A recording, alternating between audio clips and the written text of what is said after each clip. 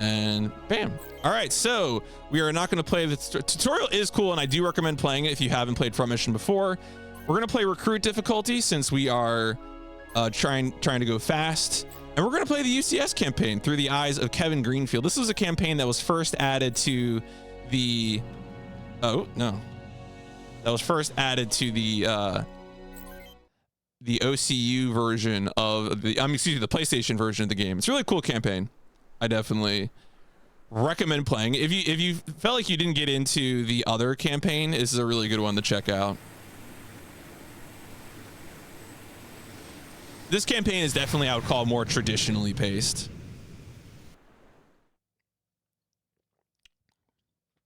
But this opens up with a nighttime assault in South America. This is, so right now we are before the second Huffman conflict in the timeline. This is we're doing some UCS covert ops before the second Huffman conflict erupts on the island of Huffman.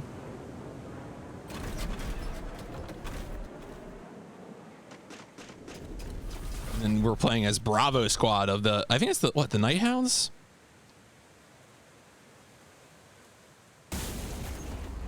But our goal right now is to clear the way for the Alpha Squad. And they got some automated folks.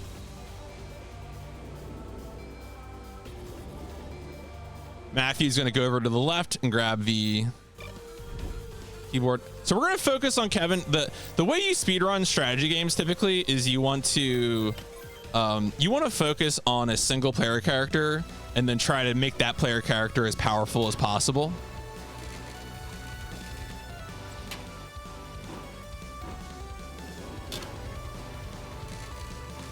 So we're going to put all of our attention on making Kevin as powerful as possible.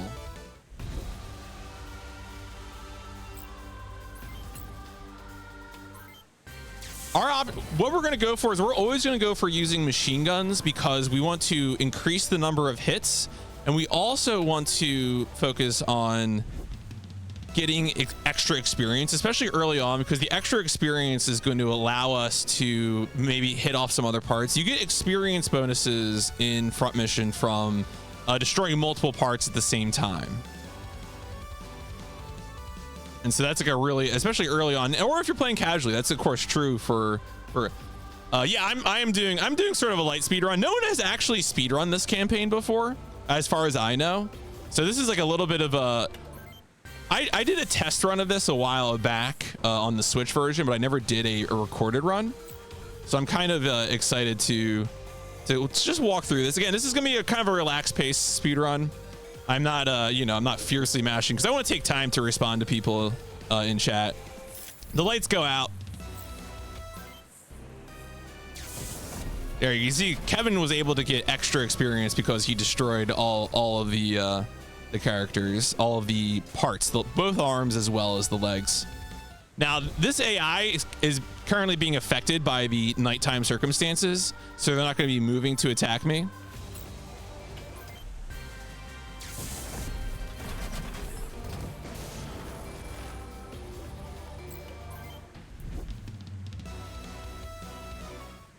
So a little bit of an advantage for me. I could move into that corner, but then I would potentially take damage from the return attack next round. So I want to avoid that right now. Kevin does have a healing item that I will take advantage of if necessary. Yeah, I probably will heal his body here.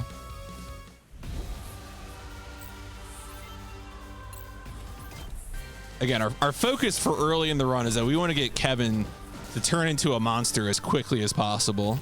And so that means feeding all of the enemies to him.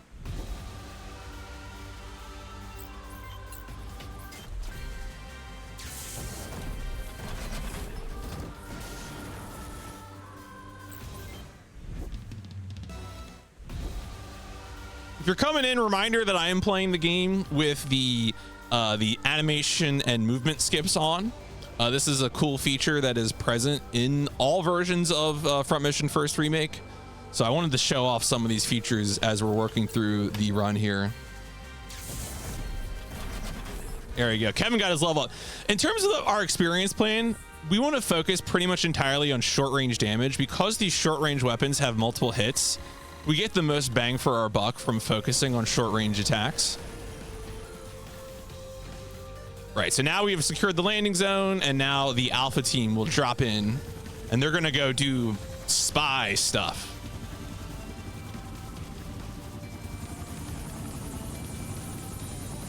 And of course, this is our first opportunity to meet, what's her name? Maria.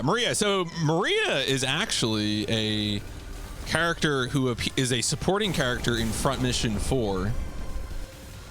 So that is, you know, if you really want to dedicate yourself to the whole Front Mission series, you know, there you go. You got some connections being made, and there's actually some other Easter eggs too, in this game in terms of characters who appear in other games in the series. If I had done the tutorial, we would have met Glenn, who is a character in Front Mission 5. I mean, mechs are all about subtlety, Purple. I always think subtlety is very essential. Well, there you go, folks. If you're in the Steam chat, you got a Steam key just popped in there. Godspeed. Gotta go fast, all right? You're watching a speed run. You gotta be in fast in chat. All right, so now we have another enemy shows up here. We do get control of Matthew now. Oh, Kevin actually gets his... Yo, what's up, Zion? How's it going? Kevin actually gets his... I always forget Kevin gets his health back here if you get through it quickly. I am excited about that. Oh, there we go. We got a speedster. Good work. This is the one time in this game you're going to see me use a long range attack. But yeah, GG on the speedy catch there.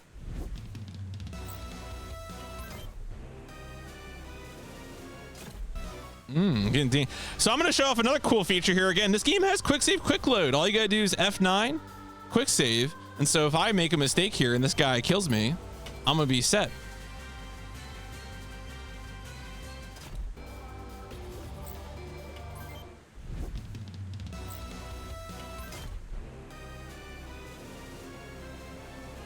You know, this will come up later, but there's one really cool feature in that's in the remake versions where if you have a skill that allows you to target like a specific body part, so like you know, dual if you're using short, or guide if you're using long range weapons, you can actually target the you can actually, like, it won't bother you if you're fighting an enemy that only has a single part. Which is like such an improvement, because in the older versions of the game before Remake, it would make you like take the time to pick body, even though that was the only part that you could shoot. Again, just like another really cool feature. Yeah, Maria comes out, the spy stuff is done, and we're out of here. Although we do have to set bombs. We have to blow the entire place up.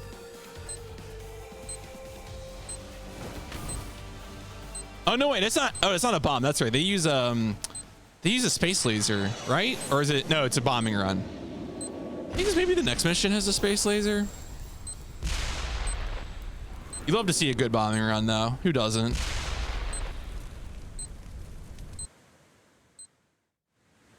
Yeah, body, or body.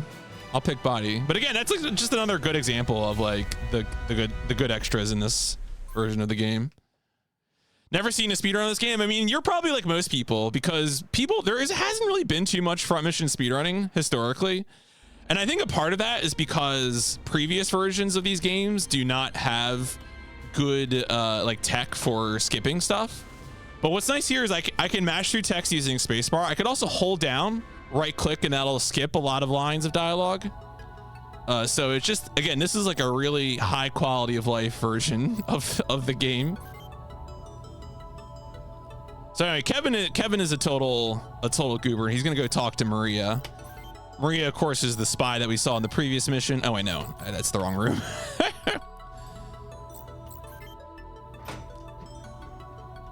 All right, so anyway, here we're gonna talk to Maria. We're gonna talk to her about the data. But of course, Kevin also has feelings for Maria.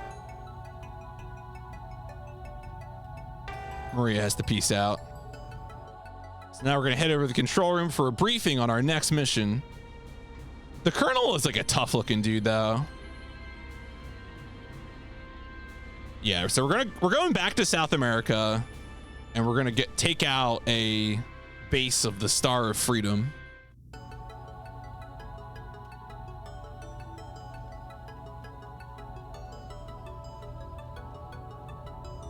We'll get in there. We'll get this thing done.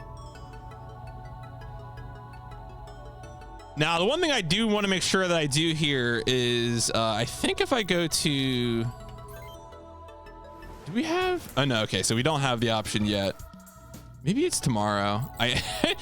The way you get to, there's like a different name for the setup, and I forget exactly what it is for the shop in some of the UCS missions. I think the shop appears tomorrow is what it is. I have to rest first. Should be in a Metal Gear game with a philosophical. I think that's correct. I think that's absolutely right. Yeah, here we go. Hangar. That's what I was thinking of. All right, so you go in here. Look at this. Look at this Vonzer dealer. Now, of course, as always, the Front Mission series has the ability to let you outfit your Vonzers and equip the parts right away. Always a really good thing to have. We're gonna go dual machine guns. Oh wait, we're gonna actually upgrade our parts first. This is what we're gonna do, and then we're gonna go dual machine guns. Reminder: how much you can carry is limited by your power. If you have more power, you can carry more. So you have a weight instead of just like a weight limit. You have a weight to power ratio in Front Mission games.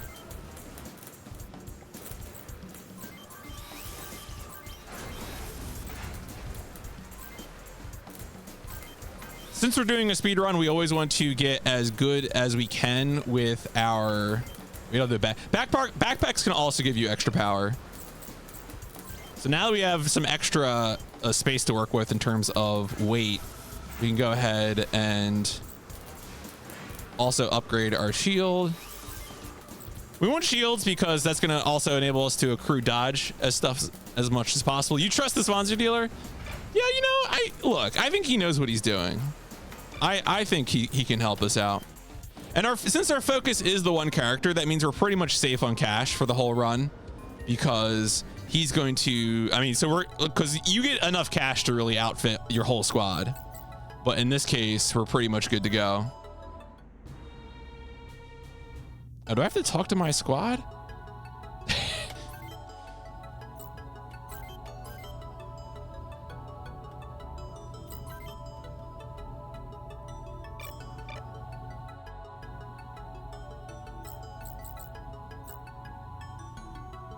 Oh no, is it exit? It's yeah. I always think the exit's the main screen. I forgot.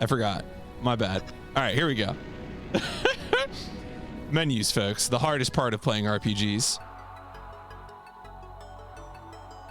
Yeah, the ghost sign from Sky. I think Sky Eye is the name of the laser. So let's go. Go.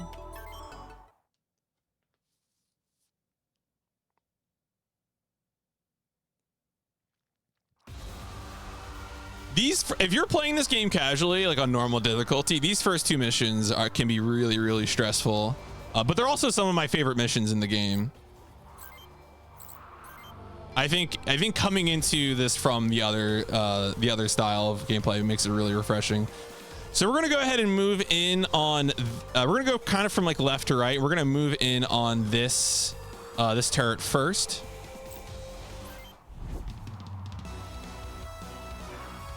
Space lasers are pretty much always a universal good.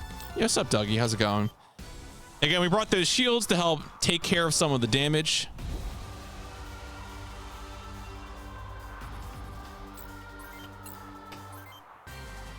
Nice. There we go. Yeah, thank you for the good luck. Yeah, reminder, folks, if you're watching on Twitch, check out the Steam broadcast chat as well. We got there's a developer in there as well who's answering questions about the remake, as well as giving out a few Steam keys. We already had one Steam key go out, and it was gobbled up quite quickly.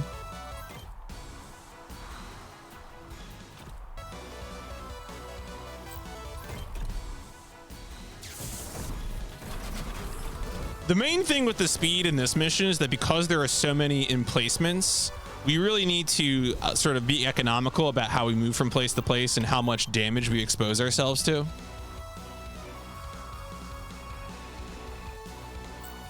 This is also another part of the reason why we want the shields, because the shields will ensure that we take as little damage as possible. And then we always want to put ourselves in a position where we can move to the next turret as quickly as possible afterwards.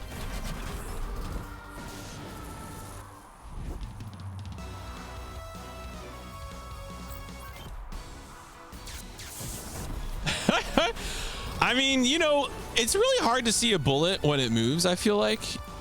I like to think it's very accurate. All right, here we go. Nice. We got a... The way level up works is that you get levels up based off of the... Like, when you get a certain amount of experience doing a certain thing. So doing short attacks gets you short experience. Being on the receiving end of attacks gets you dodge experience. So our focuses are short and dodge. That's the stuff that we want to be laser focused on, you might say. And we'll get level ups as we go through those. And also, every time you get a level up, once you have a certain amount of experience in a particular type of attack, that also gives you a chance to get a skill in that kind of attack. So those skills will probably come up first for short. Oh yeah, honestly, I really like playing the remakes on the modern mode, because you can like move the camera around and whatnot. You can see here I'm holding down right click and moving the camera. It's very cool. It's very fun. And I think everything looks really neat. Yeah, that's what I always tell people about this game, Tempestrel, is that I really like this game because I think it captures the sort of diorama feel of Front Mission. When the original Front Mission released, I think it was Ko Yokoyama did a bunch of dioramas for like advertisements of Front Mission. And all of those, I mean, those dioramas, of course, by their nature, have a very toyetic feel. Yeah, I think you can look those up if you go search online. I want to say at least maybe my podcast has posted images of those online. But the point is, I think this remake really captures that look, which I like. I enjoy. I like the idea that they are, you know, toy miniatures, so to speak.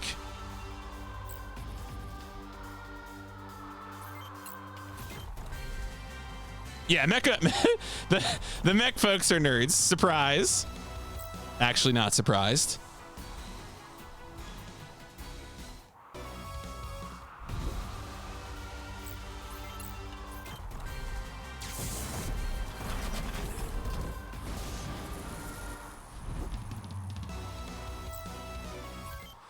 What's fun too, when it comes to long range attacks, you know, and this is not too unusual, but these cannons have minimum and maximum distances.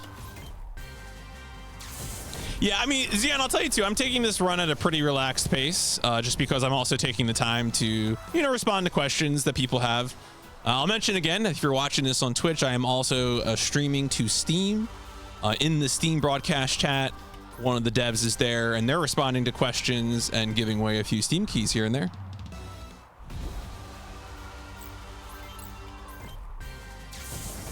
There we go. We got the last one. Kevin, another level up for Kevin. So at this point, Kevin's really starting to accrue level ups quite quickly, and he's going to be able to really run through things even faster as we go forward.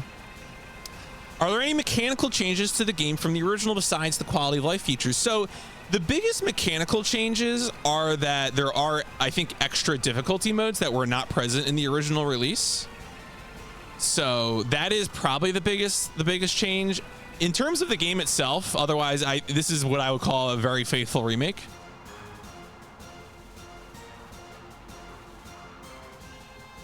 Yeah, I mean, so obviously I cannot speak for the developers, but as a player of both the, you know, Front Mission DS as well as this version of Front Mission, as far as I can tell, the game is very faithful.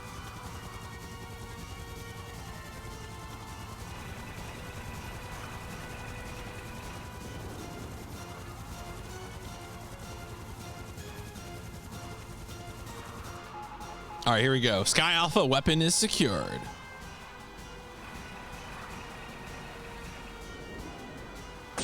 There we go. There's the space laser. It's like a rapid fire space laser.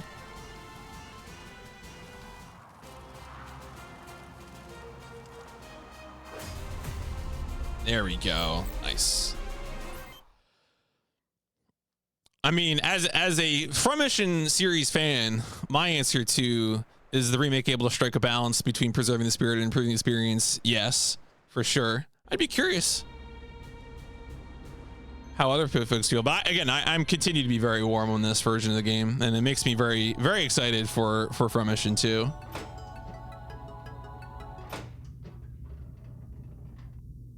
Maria's like, please stop loving me. So anyway, 1 month later, Kevin gets kicked off the spy team because he didn't. Yeah.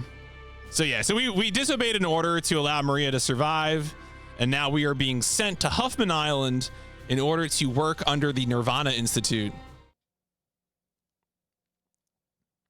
Yeah, actually, that's a good point. I forgot about that. So one of the features, I'll show this off in a second here, but one of the features they added for modern mode is the tactical map, which is really good. Actually, it's when I get to a battle again, I'll take a second to show it off. But it's like, if you're like, I need to see the whole battlefield at once, it is just a really good snapshot.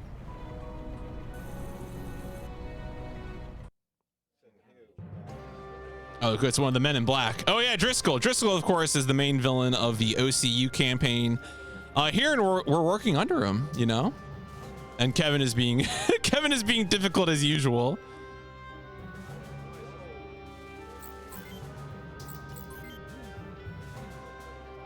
All right, so now we're gonna go run some interference for him. Yeah, he does kind of have Wesker vibes, and we are working for like an evil biotech organization right now, so that is extremely appropriate to compare him to Wesker.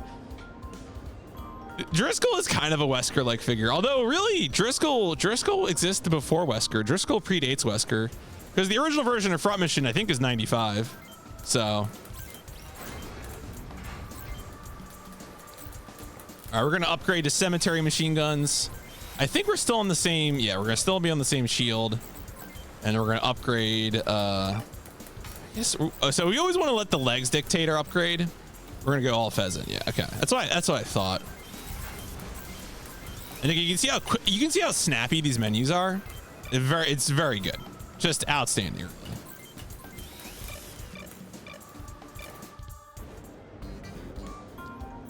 Yeah, the pheasant is very round boy.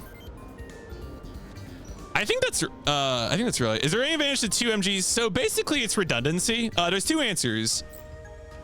There is no issue of ammunition. One of them is redundancy. If I lose an arm, I'll still have a machine gun in the other hand. So that's really useful. The other answer is that there are some skills that allow you to take advantage of having 2 machine guns, which is the switch skill. Again, we haven't unlocked any skills yet in this playthrough, but once I get to the point where I have enough short experience to gain a skill upon level up, there's a chance I'll get the short skill. I mean, the switch skill, and that's going to allow me to fire both machine guns. Because I'll fire the one and then I'll fire the other one. If I lose both, I'm pretty much cooked. Like there is no other option. Like you would need to go get your part repaired. So you would need to handle that. Yo, Rider Strike, thank you for the sub, for the one and only Tapster.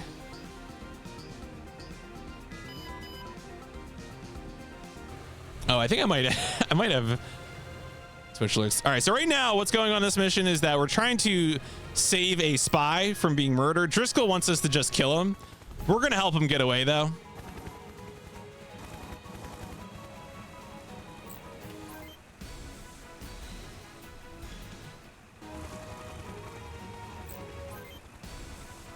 You can see at this point we're already accruing enough dodge experience that we're able to pretty much take care of everything like this. I'm gonna move to block the helicopter. Oh yes, don't forget the tactical map, of course. Okay, so let's get to the next player turn and I'll show that off real quick.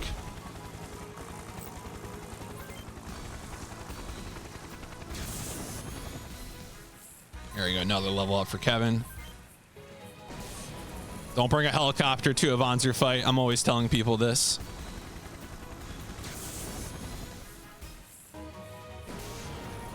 All right, so let's go ahead. Oh, no, you're still firing.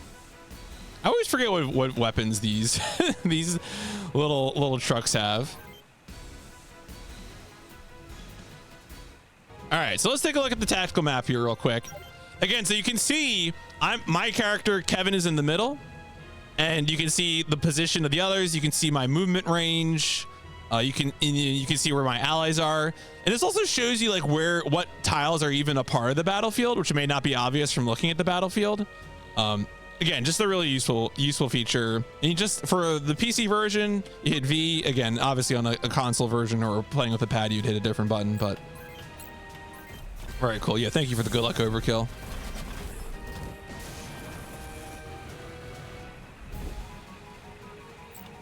Oh, good. They're attacking me at short range. Again, of course, when you get attacked at short range in this game, you are able to retaliate with a short range attack of your own. Ah, oh, wow, that guy's gone. Damn. Oh, that's right. My boys are here. Right, exactly. So if you're unsure about whether or not you can traverse the thing, and I want to be clear too, like it shows your range as well, which is important because sometimes the biggest obstacle to traversing can be terrain type, which, you know, applies a multiplier. And it can also be terrain height. Normal legs are going to be better at jumping up and down things compared to say tread legs or hover legs. Yo, it's the Canyon Crows. So these three are, of course, player characters from the other campaign, from the OCU campaign. And we're gonna go beat the crap out of them.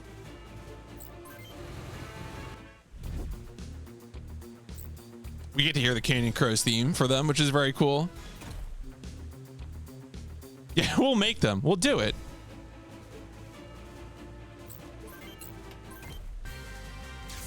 There we go. Complete harvesting of part. You can see I got a huge amount of experience there because I destroyed all of the parts.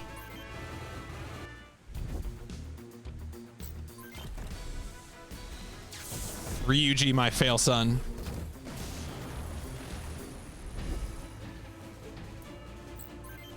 Karen, oh, that's right. Karen in Danger Lady.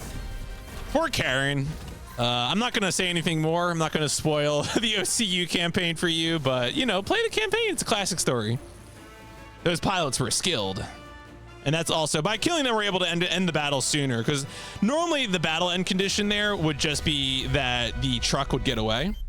But we were able to go faster than that by taking care of all of them. Oh, no, actually, we want to go here. We want to go to... Oh, no, we're not. Oh, we do.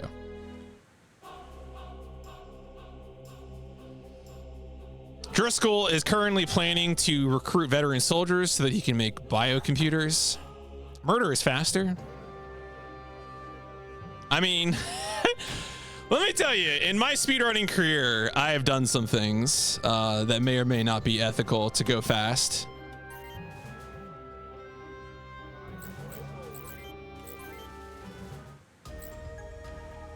All right, I don't think we get upgraded parts at this point. I'm just checking because I forget when we get upgrade. Yeah, do you ever need new CPU parts so badly that you commit war crimes? Don't do that. I mean, maybe that was years ago, overkill. All right, we don't need to worry about that. Oh no, wait, I need to go. Sorry, wrong option there. The hardest part of speedrunning the UCS campaign is remembering the the options. Remembering the menus. The menus in the OCU campaign are very simple.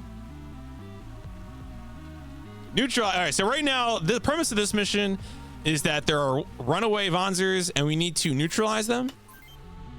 We also start off this mission with some CPU allies, other mercenaries.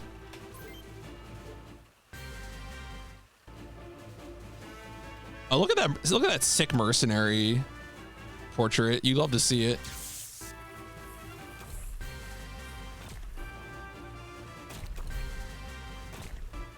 The mercenaries are completely outclassed by these robots. These, I think they're Type 90s. What are they? I forget what they are. But anyway, we aren't outclassed by them. We can just go in there. Totally harvested. So anyway, we successfully disabled that guy. Oh, and see, all right. So here's the upgrade screen. Here's where you start getting skills. We want to go speed because this adds extra attacks to burst weapons, and since our focus is burst weapons, we always want to go speed first. That is just going to give us a million bajillion damage. It's what we want.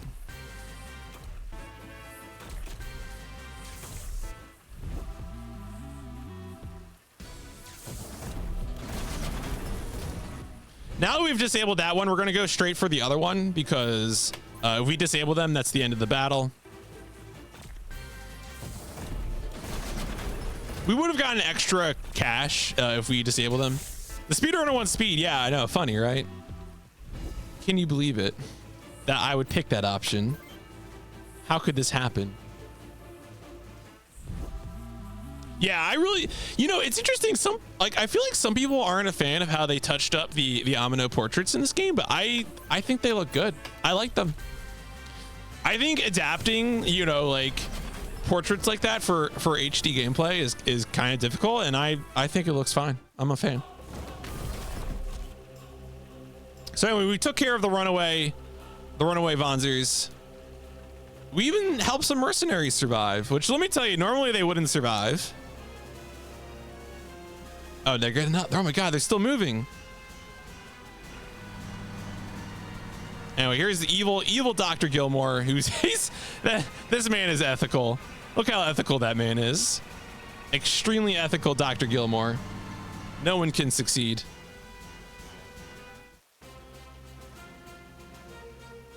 There we go.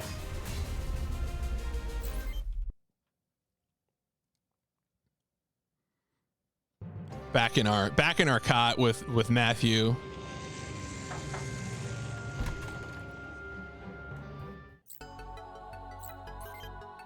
I think we have one or two missions more with Nirvana before they kick us out. You trust that guy too?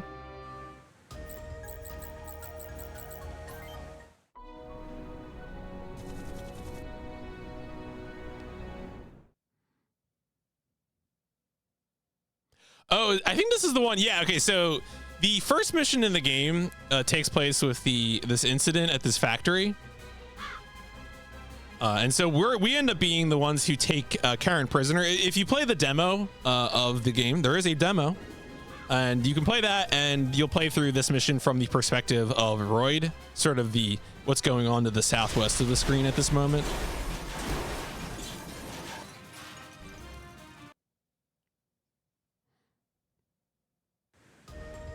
Anyway, so that happened. Don't worry about it. All right, so he tells us what's going to go on. Of course, when I do that skip, when you see that right click mouse circle, that's me being able to fast forward through the whole cutscene instead of having to individually mash through each line of dialogue. Just like another example of, you know, quality of life features in this release of the game that are just very, very good.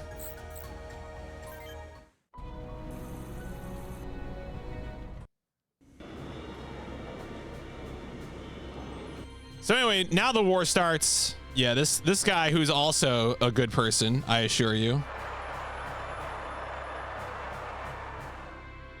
And now we're going to be a part of the invasion of OCU territory on Hoffman Island as a part of the second Hoffman conflict. But first, we're going to upgrade our Vonzer. Oh, actually, no, wait, this is not yet. I could have sworn this was where we can get more parts. All right, never mind. I take it back.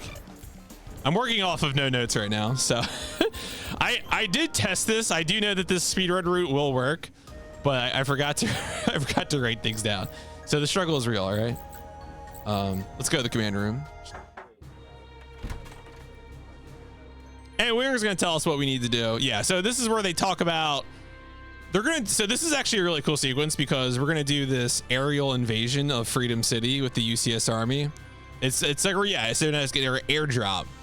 It's very cool. It's a very cool sequence.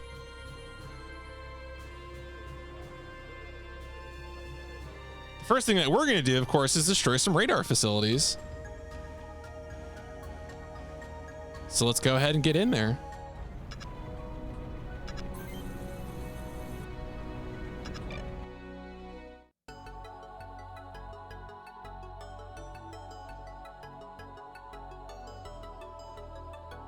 Yeah, so Kevin now explains to his friends that they need to clear the radar in order for the airborne drop to work.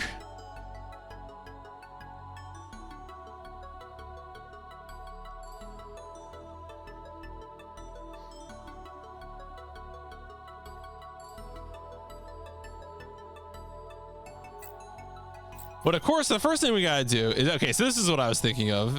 This is the Peseta base. Here we go. Now, generally speaking, in Front Mission, whenever you get to a new location that has a shop, there will be upgrades. It's, yeah, as you can see here now, I finally got some upgrades. And we got upgraded shields too. Again, our focus is short and dodge, so that we want to upgrade our machine guns, we want to upgrade our shields. Always want to make sure that we have the highest movement legs available. So it seems like we still want these ones because I don't think we can get anything better. So I think Pheasant is still our best, even though we had upgraded, other things. We might have a backpack. Yeah, so this will add some extra power, and that'll give us a little extra. Oh, well, later backpacks will give us more movement as well. I mean, the one thing I'll say about this game is that generally speaking, your loadout will be pretty uniform in terms of parts. The thing that's going to differentiate your Vanzers is whether you're doing short or long or melee builds, which, you know, you'll do depending on what your goals are.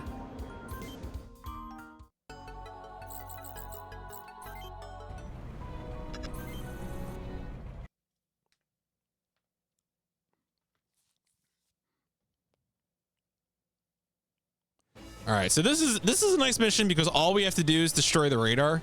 So we can make a beeline right for the radar installation and take that out, and we'll be good to go.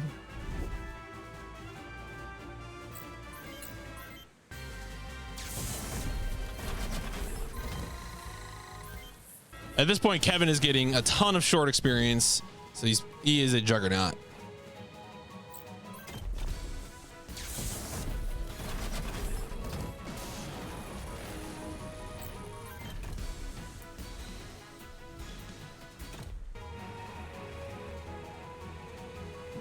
Generally, those enemies on the east side, we're going to be able to ignore, which is very nice for us.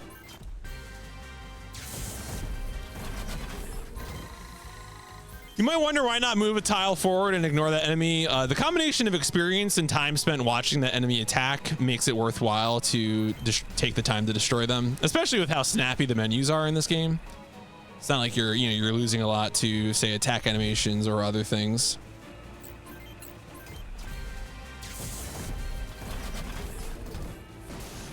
A reminder, I'm playing this right now. I'm playing all keyboard mouse. I'm not playing with pad.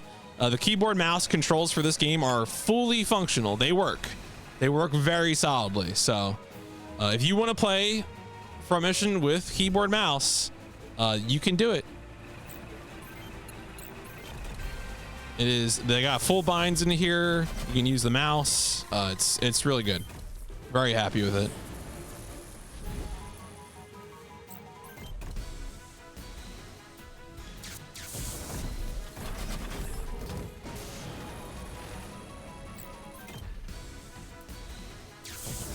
Yeah, full harvesting again, getting bonus experience from being able to destroy all of the parts at once. That's like one of the big advantages to playing with short is that ability to get all that extra experience. Again, we need to be right next to that radar installation in order to end the match. I think this should allow me to, yeah, here we go. There you go. Oh, actually, I was hoping the speed would activate there. Skills are things that are just sort of procced randomly, and they'll happen when there's an opportunity for them to happen. Right now, I'm often destroying enemies immediately without the need to have speed activate. But we'll start getting to the point soon where speed will start activating. Anyway, there we go. Target down, radar out. I guess we really dished it out. Radar jokes. All right.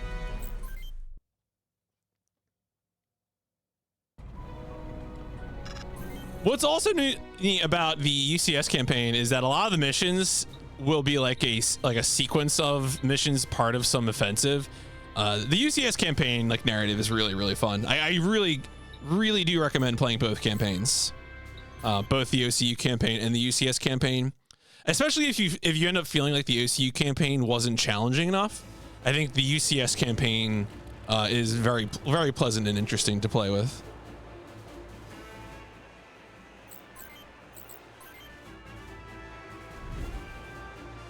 Okay, so here our goal is to take care of some surface-to-air missile trucks. It's those 4 trucks up there. So we're just going to do the same thing, rush them down, make sure they don't escape. There'll be some stuff that we do here with trying to block the exit and kind of change the AI of where the trucks are moving, just to be able to kill them as quickly as possible.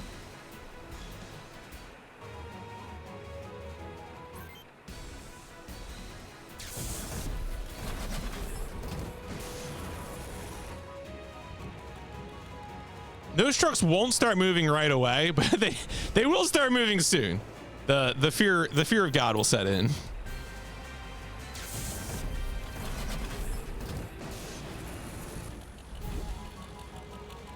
Those tanks are actually pretty powerful though as well. Like if you're playing this casually on like a normal, you really do want to be careful around those tanks.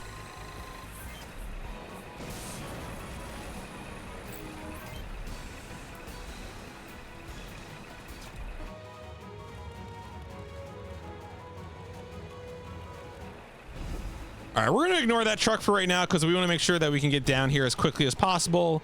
They'll probably start moving soon, the SAM trucks.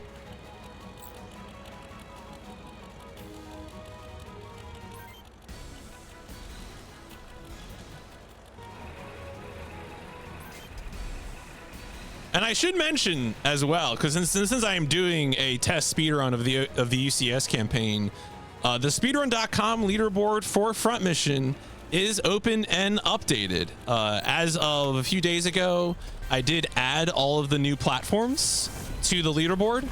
So regardless of whether you're playing on PS4, PS5, Xbox One, Xbox Series X, Xbox Series S, or PC, you know, you're going to be able to submit a run if you want to do a run. And of course, if there's other categories that you want to suggest, I'm always, you know, you can always find me anywhere at PMC Trilogy. Right now, that remains true, even as social media changes. And I'm always happy to answer questions. There you go, folks. If you want to get Front Mission PC on Epic Game Store, you got a key in chat right now. If you're watching over on Steam, I am also streaming to, if you're watching on Twitch, I am streaming to Steam. And in the chat on the Steam broadcast, you can ask questions of a developer and also potentially get some keys to play Front Mission PC or Front Mission First Remake on PC yourself.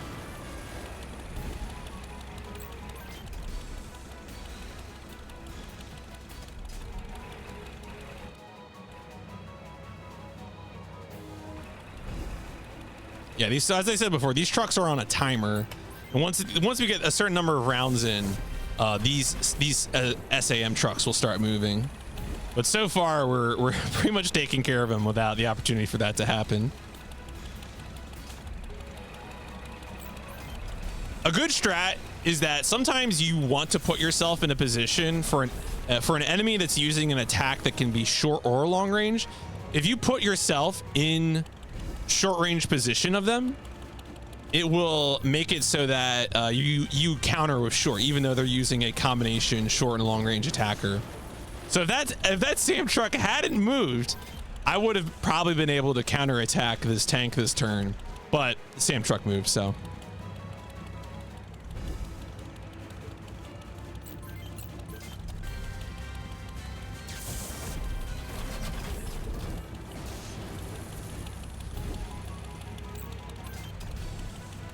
Yeah, there we go. GG, Spookwork. Enjoy. As I said, you know, I'm playing it with a speedrun perspective, but you know, when I played this casually before, I played it with the animations on. They're a lot of fun. I definitely enjoy all the different weapons, seeing all the different mechs up close.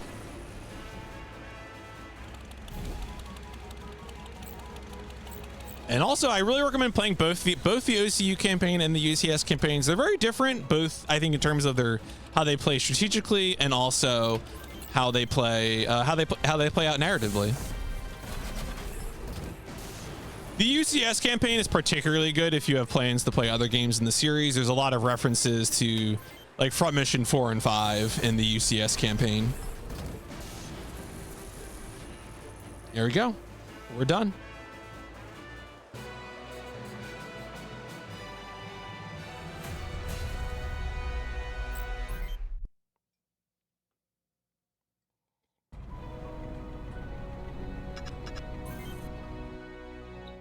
Once again, we're on a highway. Some allies need help.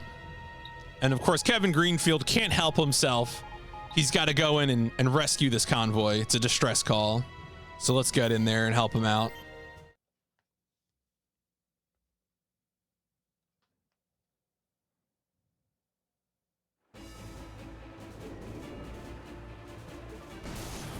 Oh no. I love the way the trucks look in this game.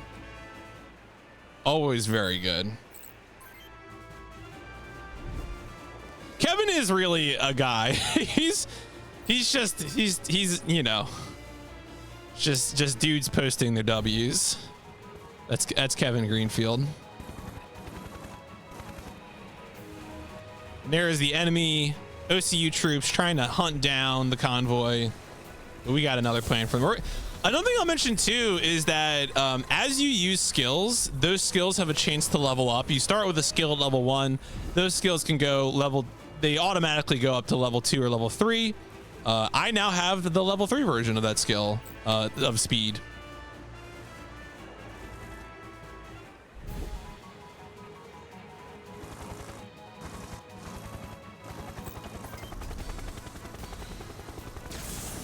And we want to, since the enemies are moving towards the convoy, we want to move towards the convoy as well.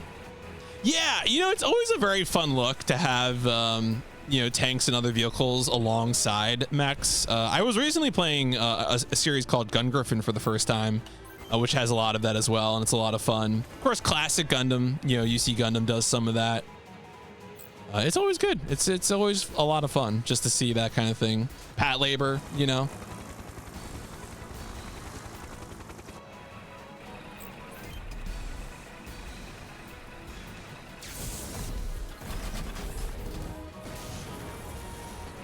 The getting higher levels will also affect how often a skill procs. Tempestral, do you say Pat Labor? Is there something about Canadians saying Pat Labor? Because you know, I always say Pat Labor. I don't know, because the mechs are called labors. So that, like, you think Pat Labor sounds better? Is it like a, are you I mean, are you also a French speaker? Is it like a French thing? I don't actually know if you also speak French, but yeah, but Pat labor, you know, it's 2 words. I mean, what do you mean? It's fine. Yo, thank you, Brosif, for the 5 years. Hope you're having a good one. Your reminder, if you're watching on Twitch, you are, yeah, 5 years, right? If you're watching on Twitch, I am also streaming to Steam, streaming on the Front Mission Remake Steam store page. You can get in the broadcast page as well. You can check out the chat. We have a developer in the Steam chat. They can answer questions, and they're also giving out some keys. So if you're interested in playing Front Mission PC, hang around in the chat. Maybe you'll be able to get a key for Front Mission.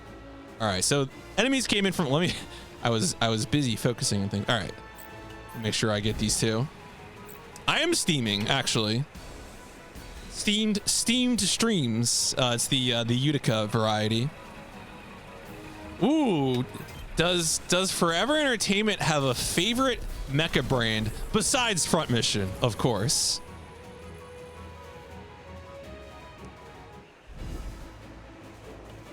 Can I see?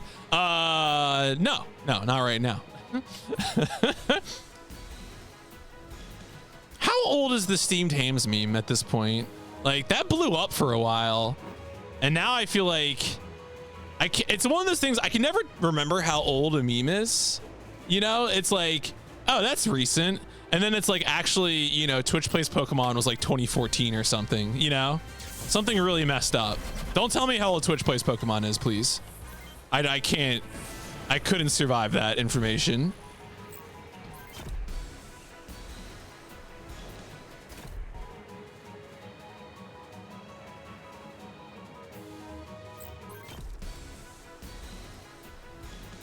Awesome.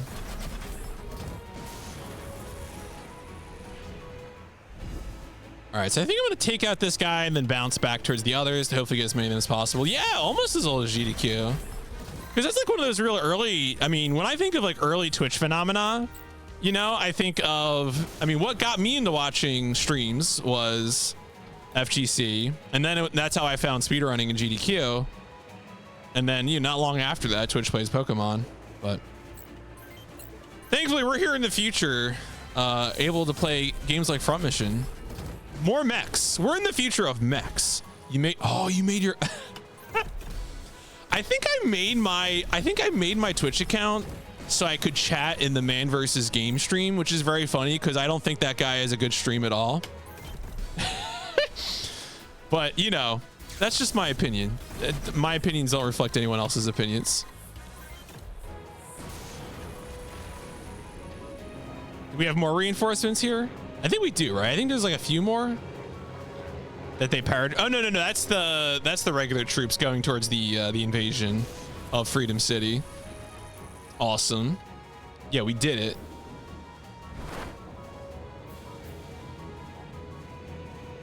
There we go. That's the airborne UCS boys, I think. I love the way the little parachute, the mech parachutes pop off. Very good. You do love to see it.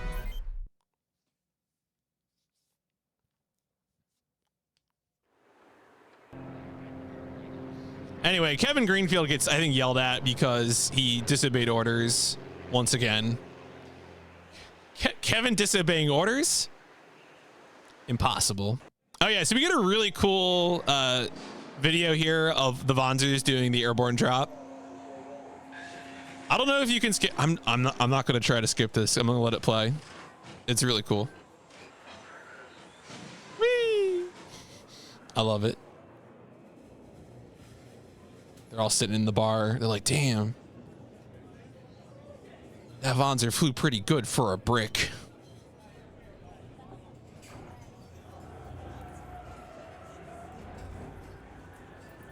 Yeah, and so this is depicting the UCS invasion of Freedom City, which is in the OCU part of Huffman Island.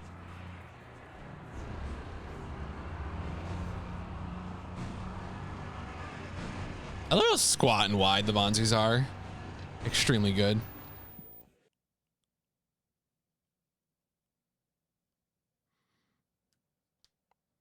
Ooh, okay. So we got a Steam achievement for that. All right, so anyway, the UCS strike on Freedom City goes great. It's fantastic. We love it. We stand a good invasion. I mean, what?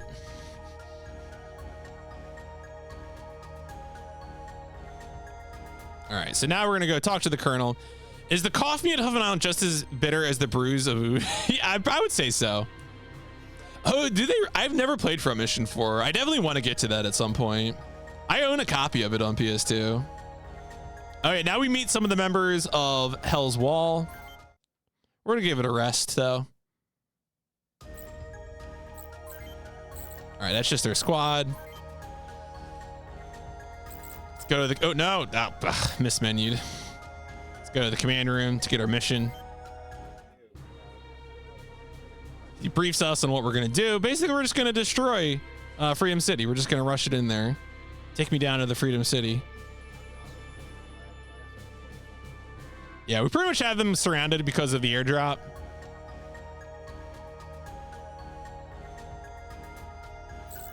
Let's go ahead, get in the hangar, get our mech upgraded.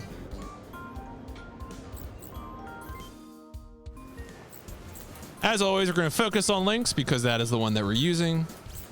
And we want to look for the machine gun. Yeah, here we go. The Leo Social is the one we want. Little baby Leo Social.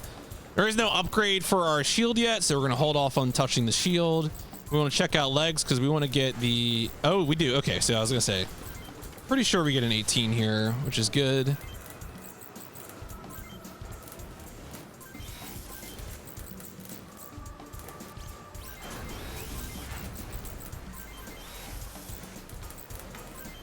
And we also want to upgrade our short as much as possible. No upgrade for the backpack yet. And let's get on to the invasion of... Still, only FM. I really, you know, honestly, at this point, From Mission First Remake is on like every platform, and the PC version works great. It's definitely a simpler game mechanically than From Mission, like later Front Missions, but it is, I would say, if you're looking for a nice bite-sized strategy game, it will get the job done.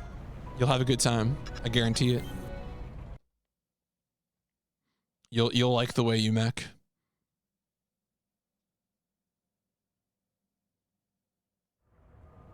Oh yeah, the bridge battle. This is a classic of Hell's Wall. Hell's Wall is here. They're gonna break through.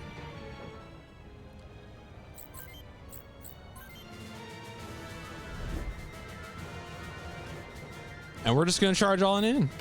Because again, we have a very... Oh, that's right. We actually... Wait, do we control all of Hell's Wall in this battle? I forget. I think we do.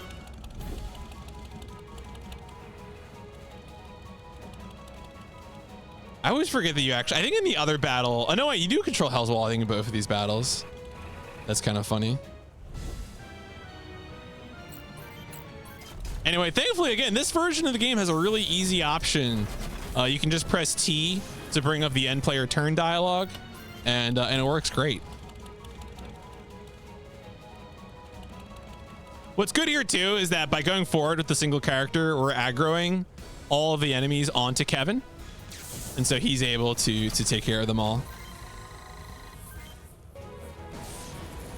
because they're all going to go straight towards him.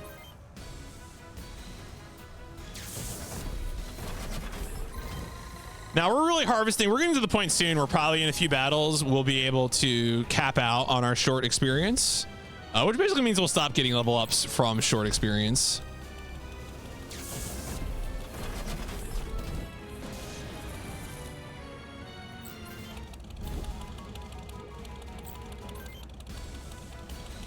Now, the unfortunate thing here is I will need to move him around to take care of the vehicles are not going to move. The Vanzers will move towards me, but the vehicles will not move.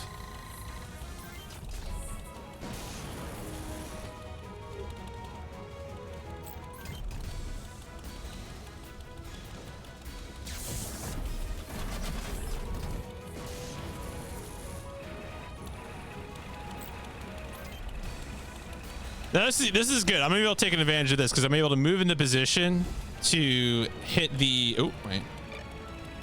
I'll be able to hit this one truck, and then when the tank attacks me, I'll be able to counterattack the tank.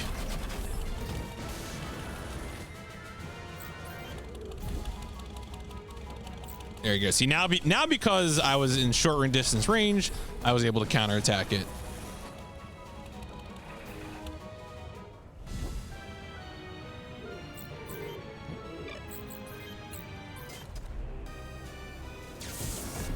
The trucks are always good to get rid of when you're playing the game because the trucks can provide the option for enemies to repair their parts.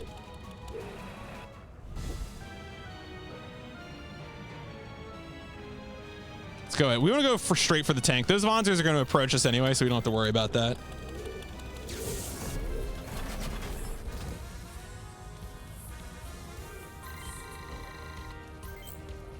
So now we're on to the point where we're gonna get our final skill for short range. Each of the different types of combat have 3 different associated skills, and so now we have all of the skills that are associated with short.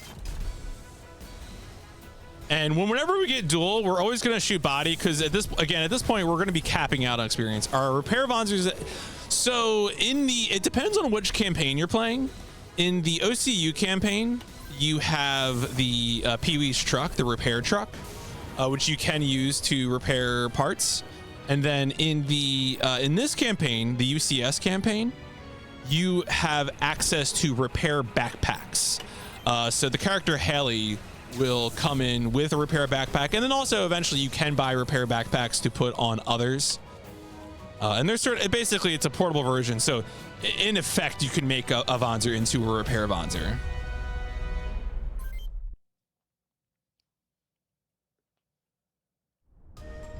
And there we go. We got through Freedom City. We are now going to Freedom City Hall.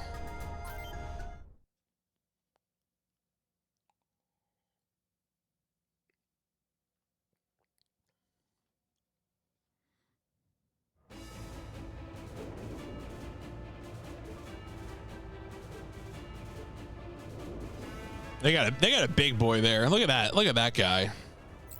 Once again, they're going to throw me into battle with both my army as well as Hell's Wall. We want to try and aggro everyone onto Kevin as much as possible. Yeah, so the repair backpack is, I think in the UCS campaign, you get the repair backpack a few, I forget when Haley joins exactly. It's not right away. You don't have it for the first battles, but yeah, oh yeah. Oh, you mean from the beginning, like from Front Mission 1? Yes. Well, okay, asterisk. So the OCU truck was a part of the original version of this game. Remember, the UCS campaign was not in a version of Front Mission 1 until the PlayStation 1 version. I guess the first game that was called Front Mission first. So that would have been like 2002 or 3. And then every other version of Front Mission after that, the DS version or any of these remake versions, has that campaign.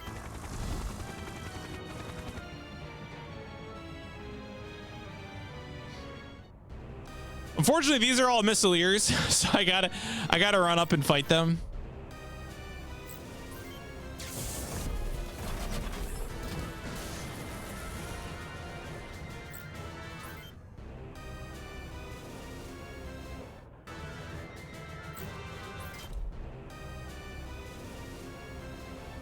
What's nice though about missileers though is it's going to give me an opportunity to get a lot of dodge experience, and that's going to make Kevin harder to hit. Oh wow, just full misses. How long is this run expected to be? I would expect this run to take about 3 hours right now, especially at the pace I'm going. I think you could probably get it down to like 2.5 if you're really like focused and you knew exactly. The thing that I would really need to do is actually figure out like the minimum required amount of dialogue and shopping.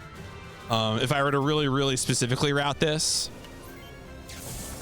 There is more required dialogue in the UCS campaign as compared to the OCU campaign.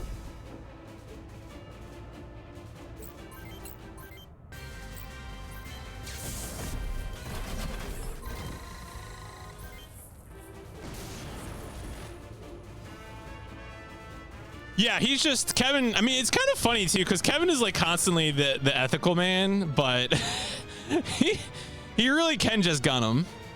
He really does just give it to him.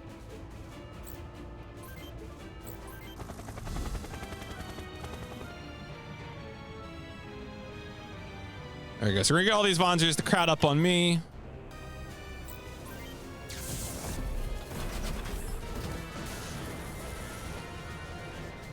Also, the way that they show units behind buildings, I think, is really good in this game. It's, I mean, I could adjust the camera to see them more clearly, but I have a perfect idea of what's going on, which is really good. I will remind you that the Hell's Wall units like do not stay with you for the rest of the game. So if you're playing this casually, it still makes sense to not let Hell's Wall get too much XP. Like you want your units to get more of the XP for sure.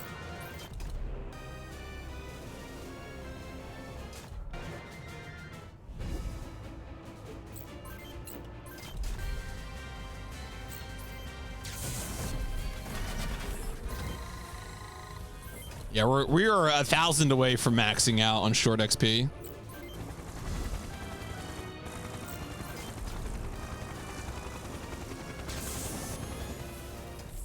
As you can see, the enemies are still sneaking in some damage on Kevin, but he's doing a pretty good job of taking him out. Some of these missileers too are melee enemies, and in this game, a short range attack will always win out against a missileer, against the against the melee attack. I'm gonna let the Hell's Wall actually take care of that boy. Let's go ahead. Let's actually do some fighting here.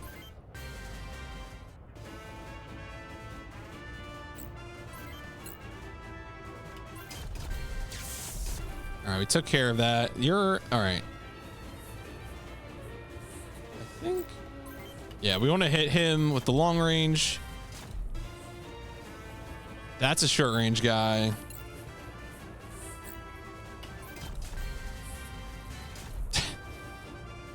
That man is short range. Let's go over here to this guy.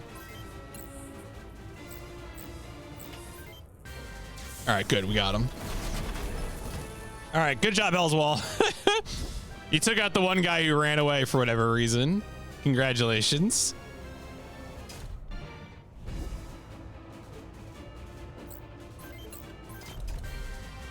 Yeah, here we go. You can see I just meld him with speed 3. Gives me all the extra attacks. Lots of good stuff. And there we go. Freedom City Hall is ours. I'm sure no one will come along and liberate Freedom City from UCS forces. So right now, what we're seeing in the UCS campaign, all these missions are set between the opening of the OCU campaign and then before the time skip early in the OCU campaign. So the two campaigns in the game are kind of interleaved in terms of their narratives with each other. Mission complete. Freedom City. Oh no. Okay, so something I want to mention here. There is like one. I'm gonna make a live bug report. Sometimes the mouse has been bugging out and it gets stuck in the center of the screen. You can see here I'm trying to move the mouse. Thankfully, I do have a pad, so I can just use that to briefly change it. I don't know why that's happening, but.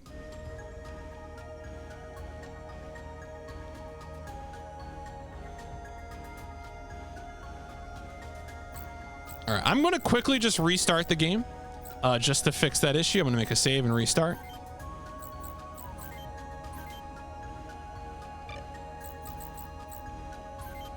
Oh, no, wait, not that. Not that kind of. All right, so I made a save, menu. All right, so I'm just going to restart the game real quick.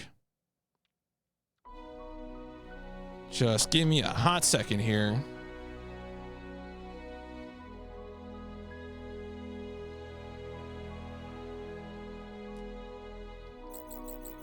I wonder why that happens. All right, just give me a second. I'm going to boot it right back up.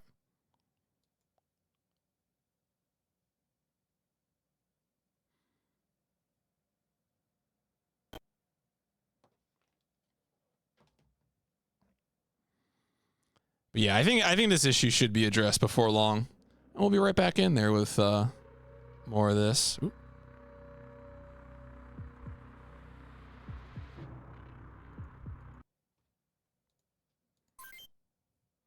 All right, let's load the save that I made.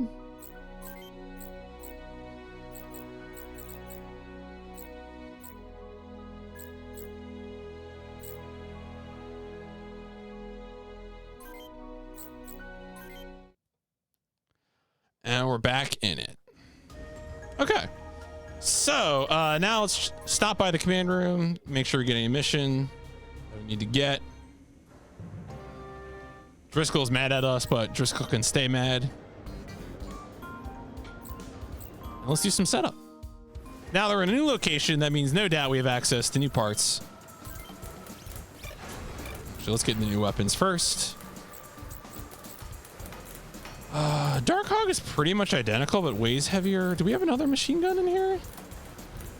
Okay, so we have more shots on this one. I think that's the one we want. Some machine guns have 5 shots instead of 4 shots, but again, more shots is generally better. You know, I'm actually gonna hold on. I'm gonna hold on to the weapons we have right now. We'll just focus on increasing the our other parts.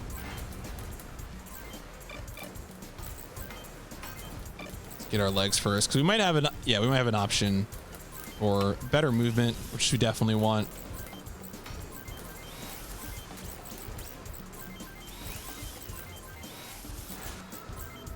There you go. See that? The extra power, always helpful. Let's get into it.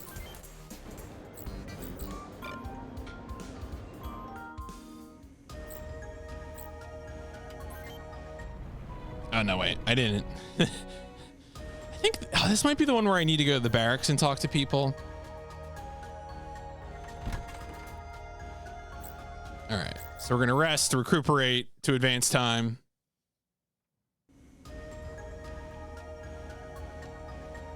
Oh, this is where we do the, I think this is where we do the, the gray rock thing. So, yeah. Okay, here we go. So now Kevin goes off on his own to do a mission around Grey Rock Hospital. And we'll go from there. Yo, Bifrost, how's it going? Thank you. Reminder, if you're watching on Twitch, I am also streaming to Steam. If you stop by the Steam broadcast, there is a developer in chat who can answer some of your questions about From Mission First Remake, as well as give out some keys occasionally.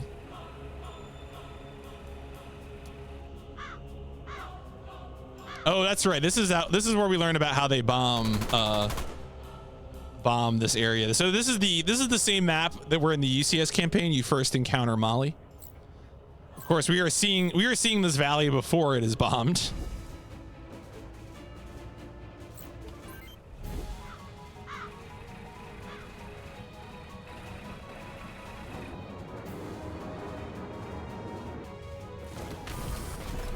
Maria is doing something shifty. Amaro, I'm doing something wicked.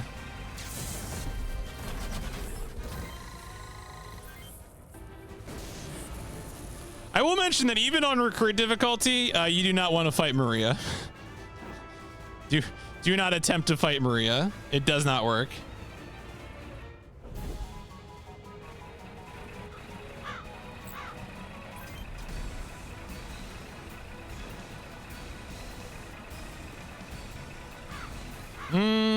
All right.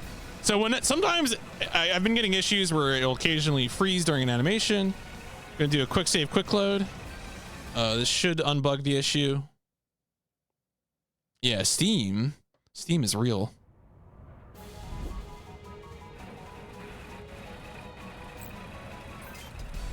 There we go. Again, just a little quick save, quick load to fix that.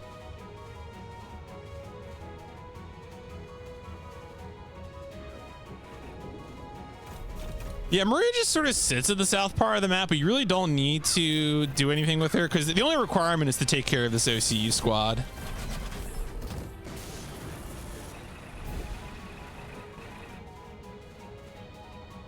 While these OCU boys rush forward.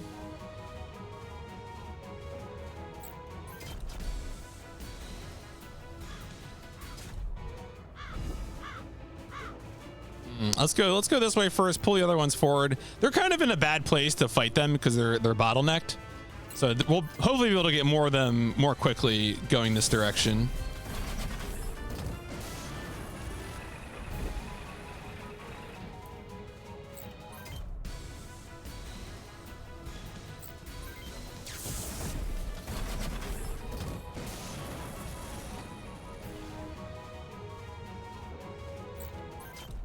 Yeah, as you can see, by filtering into the street, it's going to give us more opportunities to fight more of them.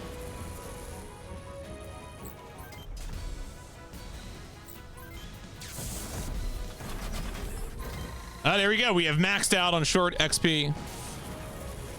So at this point, all of our level ups are going to come from dodge XP.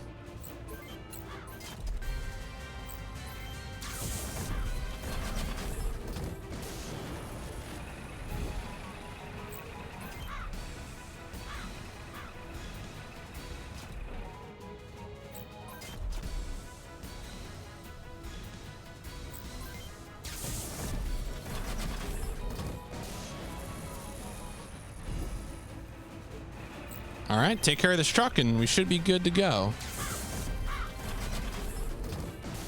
Oh wait, I forgot to. All hostiles eliminated. So now command has launched cruise missiles at this site, so we got to get out of Dodge. And that's how the valley got destroyed, and that's why you encounter it that way when you play the OCU campaign.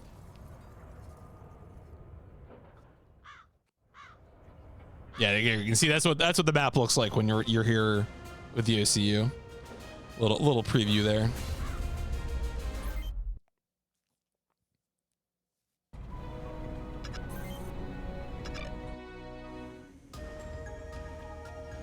Sorry, you can't just barge into command and demand answers. Absolutely. Anyway, these two are doing evil things.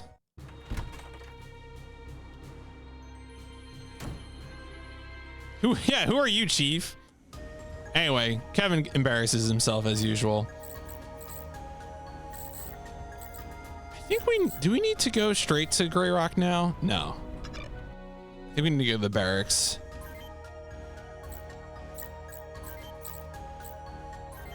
Oh, that's right. Maria's here. Okay. What were you doing in Lark Valley? Evil stuff?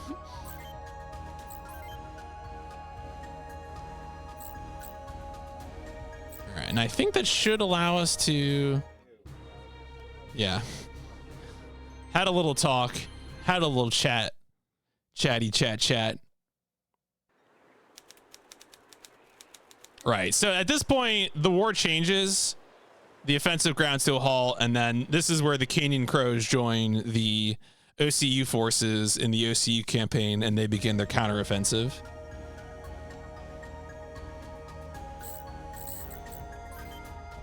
Oh, we still don't have our orders.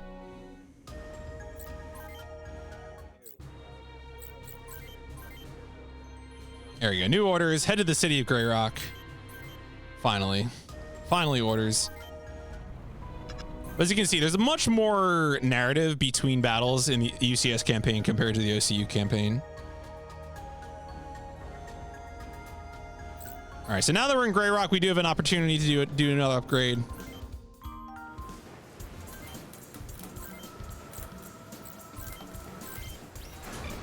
Yeah, Leo Stun is, I'm pretty sure, what we want. Yep, let's get Leo Stun.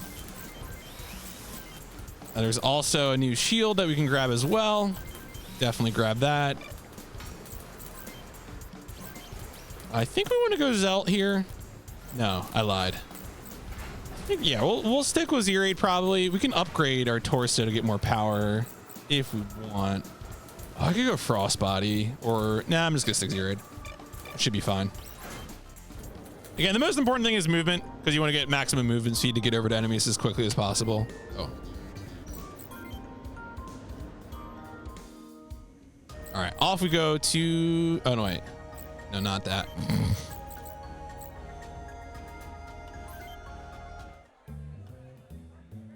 I think we need to talk to the bartender to get information.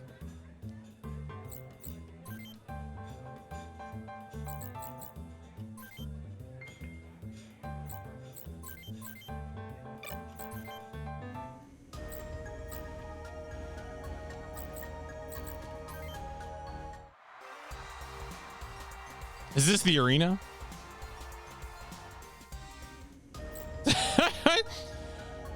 Okay. Yeah, mech XCOM a little bit. I mean, it's a mech strategy RPG is, you know, the most important thing. Oh, that's right. We have to talk to the hospital guy. Okay, I remember now. Yeah, there we go. There we go. Okay. That's what I was missing. It was the hospital guy in the bar.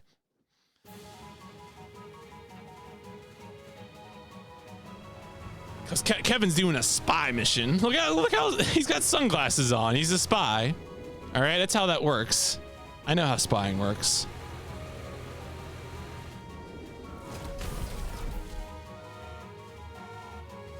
Anyway, someone tipped OCU off about our spying, which is unfortunate.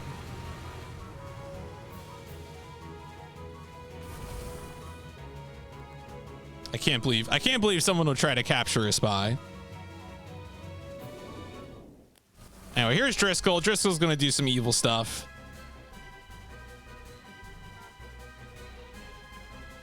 Oh yeah, there's Paul. Paul is a recruitable soldier in the OCU campaign. What's going on there is that Driscoll is baiting away a part of Grey Rock's defenders, and then Paul is part of the second squad, and you end up seeing the second squad when you arrive with Royd, who is looking for Karen in the hospital. Anyway, we love trains. Damn. Let me tell you, folks, trains still win.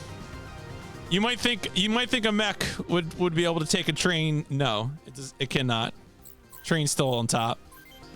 Watch out for trains.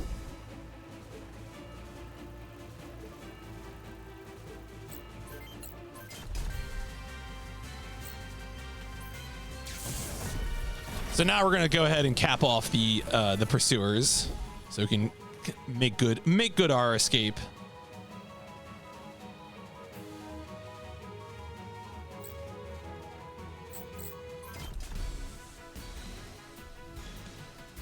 Getting the turn-based after. Oh yeah, no, I mean if you wanted like a solid turn-based, and this is on anything now, you know, you can play Front Mission First Remake on pretty much any platform you'd want to.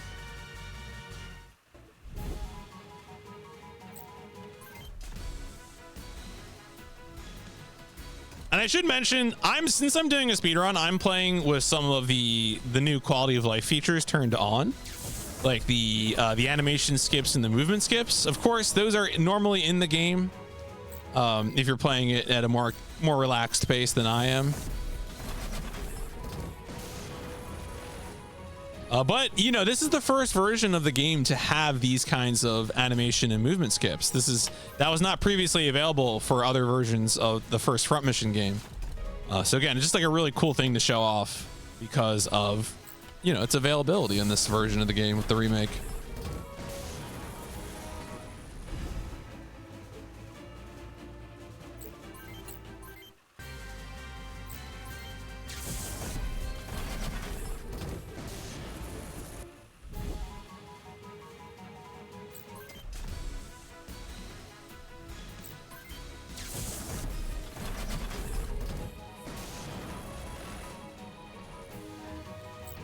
Damn, those guys are really committed to being Missile. I was hoping they would. So a lot of times with the Missile enemies, what'll happen is that once they run out of ammo, they will then approach you. But I guess they still had more ammo. Rats. Good. I went for the one on the right because I wanted to hopefully aggro those other enemies. Yo, Subzap, thank you for 1 year of subbing. Reminder, if you're watching on Twitch, I am also streaming to Steam. If you join the Steam broadcast chat, there is a developer who can answer questions you might have about Front Mission First, and can also give away some keys. We've had 2 keys given away, one for Steam, one for EGS. So definitely, if you're looking for a key, hang out in the Steam broadcast chat. You may have the opportunity to get one.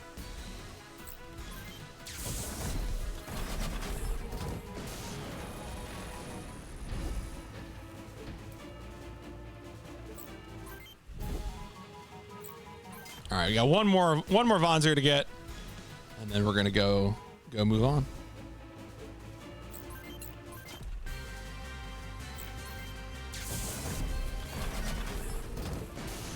Yeah, if you have any questions, you know, I think we did have one question earlier from Tempestrol.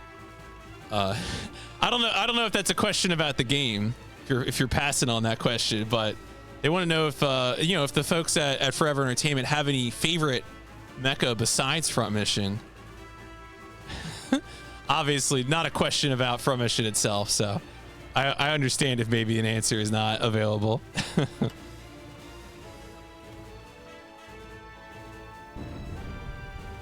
Anyway, we make good our escape on the train, getting out of here. Oh, that's right. They hear the explosion of the Grey Rock Hospital as they're departing. Yeah, I'm really glad to. I mean, of course, I enjoyed playing this game on Switch, but happy to play it on PC as well, especially with mouse and keyboard. And the mouse and keyboard stuff all works, is all fully functional.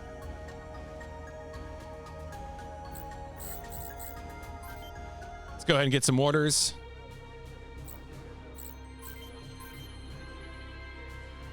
All right, so now we have to back out and do some talking.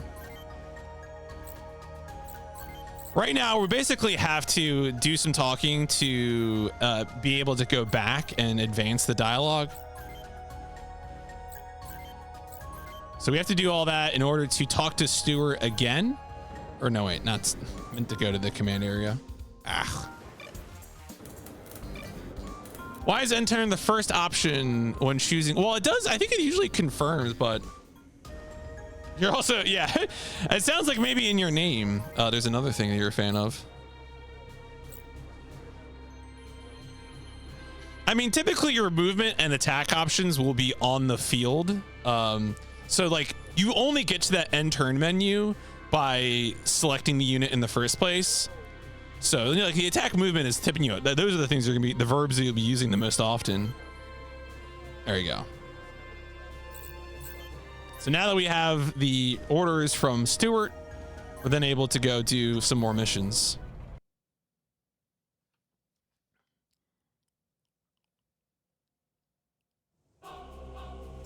This is the mission where we meet Gina.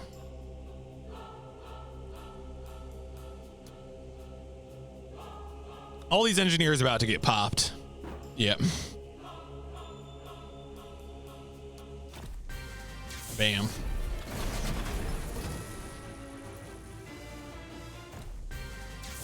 Bam. You can fight Gina in the OCU campaign.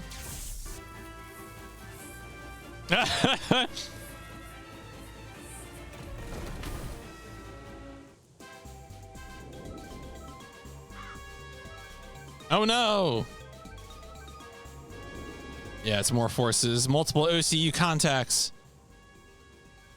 Yeah, actually, I should mention this version too. If you're playing on PC, also has just regular like quick save, quick load. So like right now, I can hit F5, quick save like right away, easy peasy. Very, very good stuff.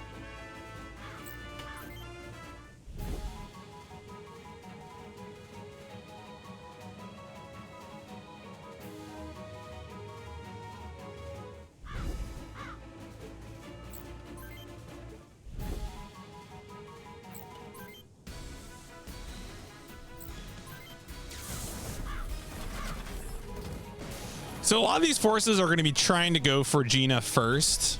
Some of them will break off to me, but you can see, for example, those two are going straight for Gina, the four in the front. So I'm going to focus on chasing them down, not because I need to save Gina, well, but because, you know, you want to be where they are.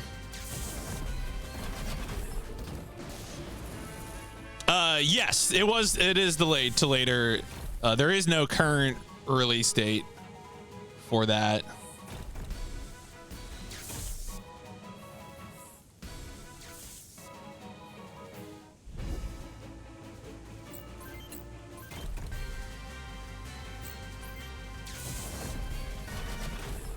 Yeah, no, I mean, kind of same, you know. we would have worked up to podcasting about it, but also like it's totally fine for us to, you know, take care of some other stuff.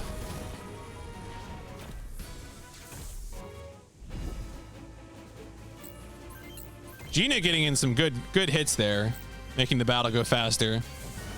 Ooh, interesting.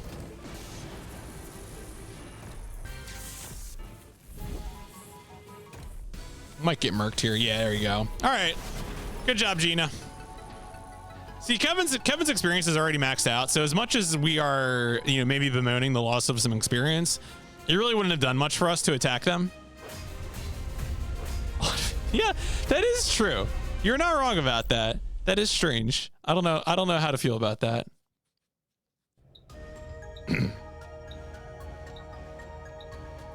All right, so now we're going to go ahead and get into things. We got another battle to get to on the Huffman Railway.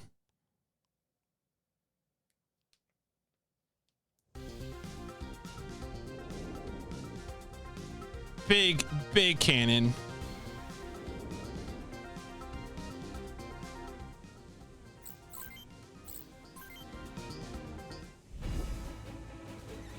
We're just gonna go ahead and get down there and get it. Yo, we got another Steam key in chat, folks.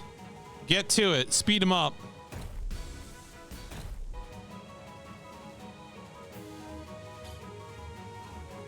Of course, if you have any questions about From Mission First Remake, please go ahead and ask.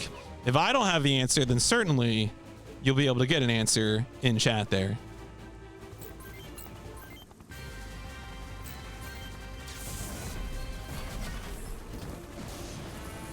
And that, of course, is the Steam broadcast chat. I'm streaming to both Twitch and Steam.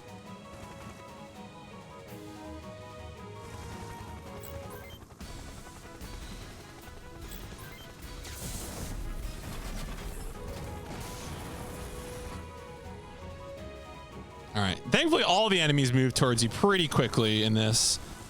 Some of them are going to attack from range, but you got to just move in on those. It's really the truck is kind of the biggest holdup here, because the supply truck will not move towards you as much as everything else is aggro. And of course, the turrets on the railway cannon itself.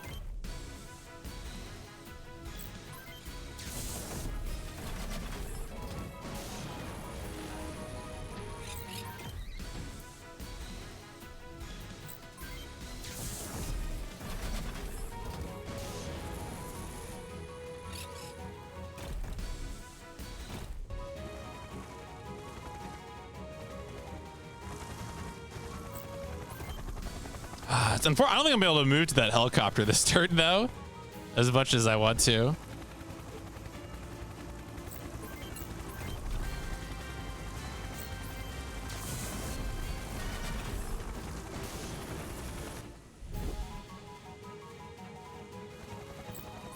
So close. Of course, the commander is using a ranged attack. That's not surprising.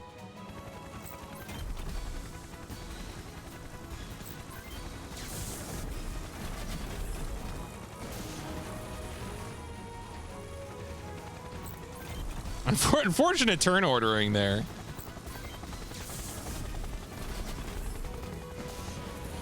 Yo, Raydoon, thank you for the raid. Welcome, welcome, welcome. Folks, I'm doing some sponsor streaming with Front Mission First Remake for the PC. I am streaming to both Twitch and Steam. If you are in the Steam broadcast chat, you can ask some questions of Forever Entertainment. And you also have a chance to get a copy of the game for PC. There are some keys being given away in chat, so do check that out if you are on Twitch and you're able to get over to the Steam broadcast chat. And otherwise, just enjoy the stream. This version of Front Mission is very good. This PC port, the mouse keyboard controls all work flawlessly, and I've been very happy with it. You got all sorts of fun binds. The mouse control, again, I'm using the mouse here. The mouse works as it should. You know, there's no slowdown, no mouse acceleration or anything. It works.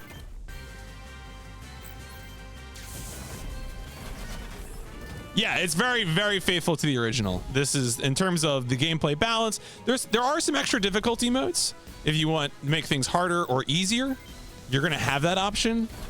And you also have some options like the tactical map, which is new to the modern mode of the game. So right, if I hit V, you can see the tactical view, which lets you see all like the squares on the map where enemies are.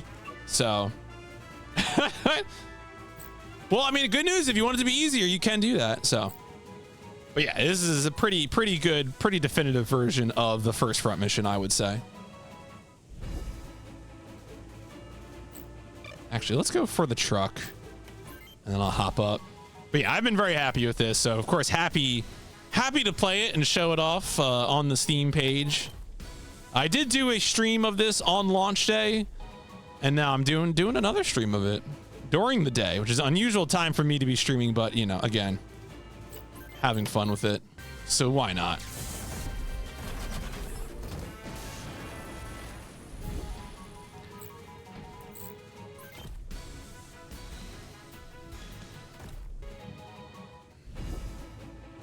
Yes, actually, yeah. I don't know if I have the links handy. So We did well. So we streamed. We did two podcasts. We did a podcast about the history of Front Mission and all of its versions up to the remake, and then we did a second episode that was about the remake and our experiences playing it. So there's actually, if you go to the Giant Robot FM main feed, there are 2 episodes about it.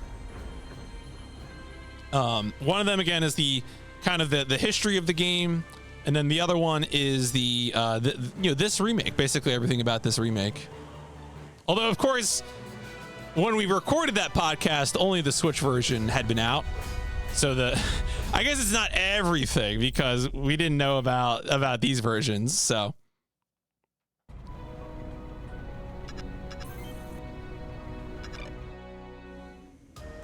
maybe we'll have to put an addendum out there. We'll see.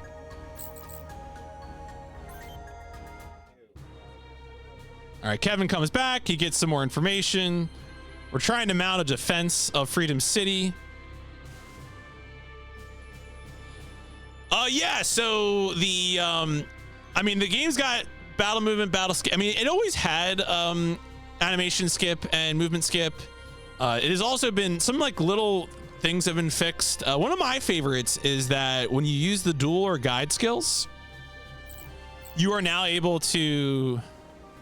Oh yeah, we fight Maria. There we go. Oh, not actually fight her, but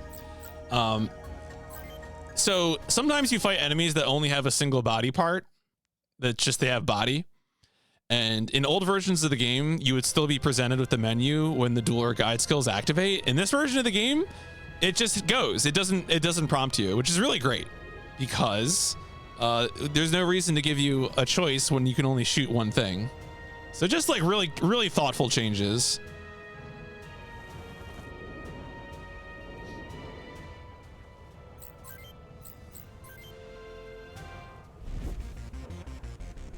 All right, of course, we're doing a speed run, so that means we've piled all of our experience onto one unit who's just going to rush them soldiers down. That's what the S stands for.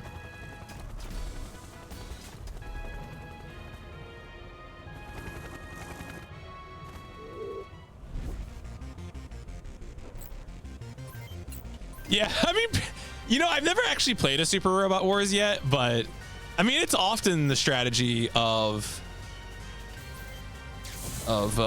tactical RPGs. Like Fire Emblem speedruns are often like this as well.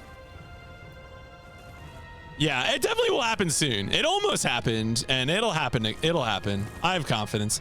I mean, the other thing too is that like whenever I do play it, I'm going to be even more literate in robots and probably get more of what's going on.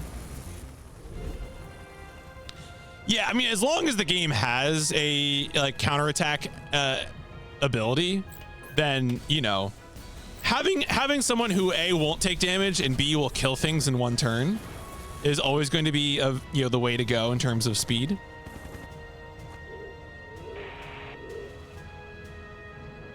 Oh yeah, the Southern Defense. Yeah, so right now while we're doing this battle, the Canyon Crows are destroying Hell's Wall.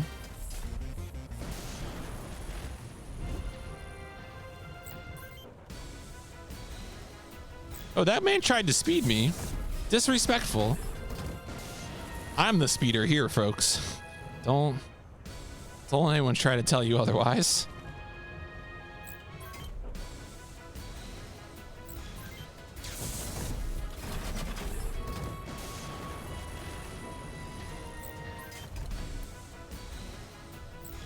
Ooh, we got dual level 2.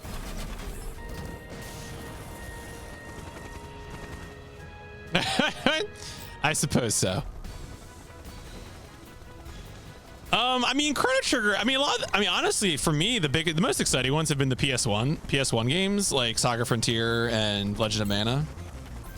But of course, my version of that for PS1 is like Parasite Eve and Xenogears. Yeah, I really need to play that, the Saga Frontier. I mean, I'm sure there's a licensing problem with Parasite Eve. Is probably why they're not doing it, but still frustrating.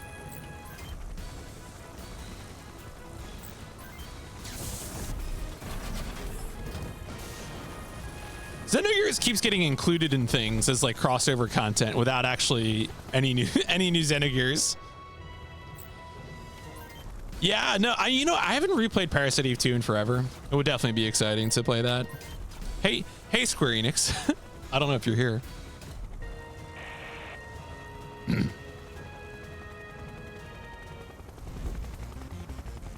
Oh yeah. And it's just Xenogears, baby.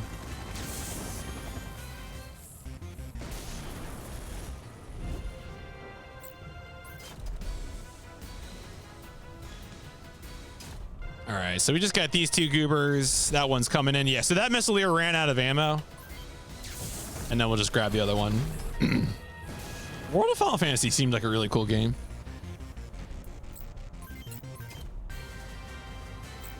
Oh, the Einherjar. Yeah. To me, my noble. Oh, was it Einhund? Sorry. I thought you meant the Valkyrie profile thing. Although that's really more of an Enix in the Square Enix. Anyway, Blackhounds are bopped. And off we go. Anyway, Freedom City's been lost. Rip Freedom City. Yeah, the ship from the shmup. Yep. Einhunter. Yeah.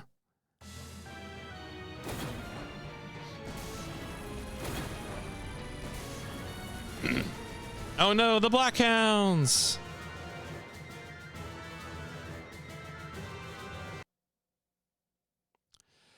That's correct. So I'm playing the UCS campaign, which is the second campaign that first appeared in the PS1 version of Front Mission 1, but has been present in every version since then. And this version has a lot of references to other Front Mission games as well. So the character Maria is, for example, a Front Mission 4 supporting character. Well, the Wonder Swan version was before the PS1 version, so no.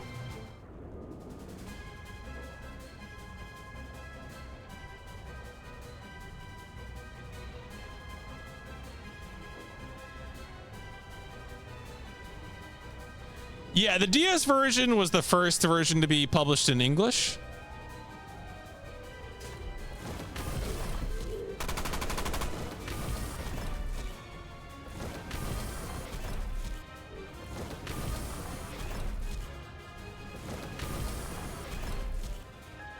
Anyway, so our boy wants to go save Maria, but Johnny says no.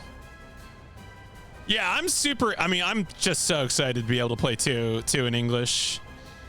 Because I almost considered going through the fan translation patch, but you have to consult a script for the cutscenes of that because they couldn't hack the text in. But like, if I can support an official release of Front Mission 2, then like, hell yeah, I'm going to. Front Mission 3 is great. I mean, that was the first Front Mission I played. So, really excited for that.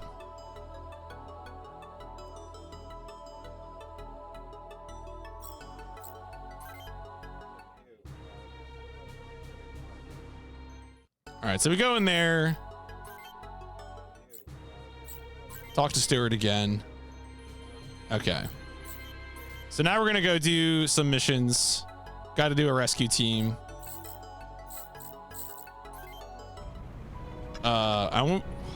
We want to do this one, I think.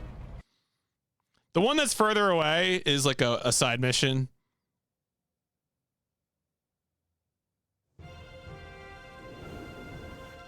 And so now we're rescuing some of the stragglers from Freedom City. One of them includes a Hell's Wall unit. Yeah, I'm really excited to see.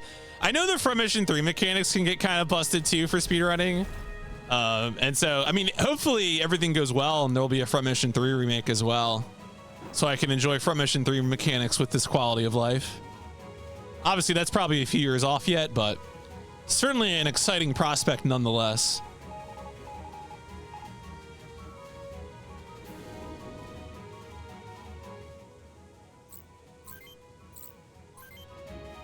Yes, they have announced the remake. No release time window yet, but that is a thing. Yeah.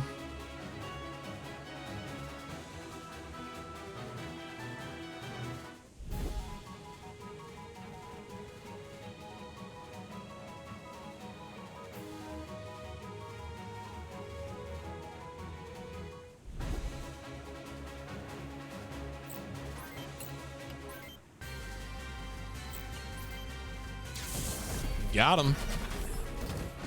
I mean, I think Square has been pretty good about remakes, and so hopefully they'll keep doing it.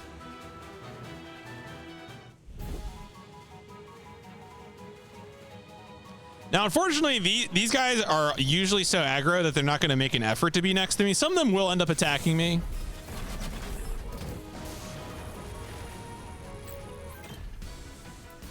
Yeah, no, I agree. I think it's been... Scope your remakes appropriately. Good luck, have fun, you know, etc., etc.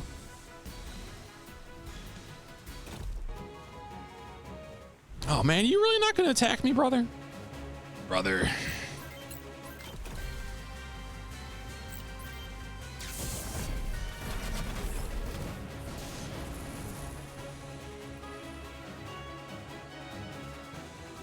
Was that Soccer Frontier, or are you talking about a different game, Dune?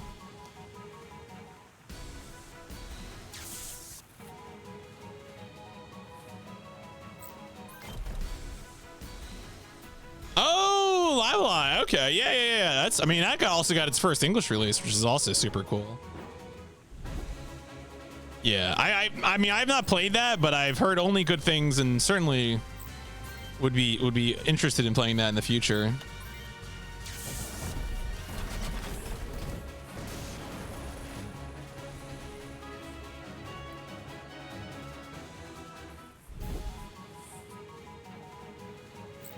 That's good. This guy finally coming in from the cold to attack me.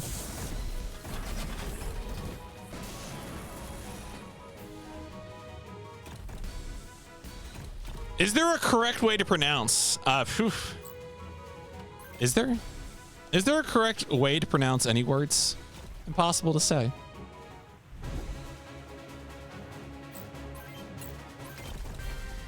Correct pronunciation is live in La Vida.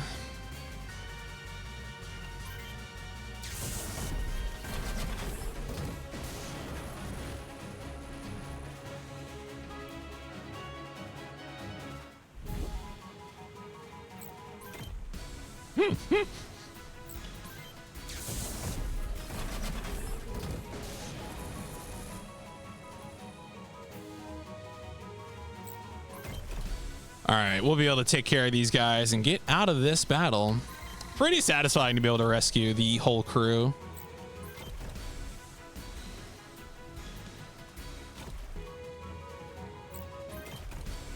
Also, great opportunity to harvest dodge experience here as well.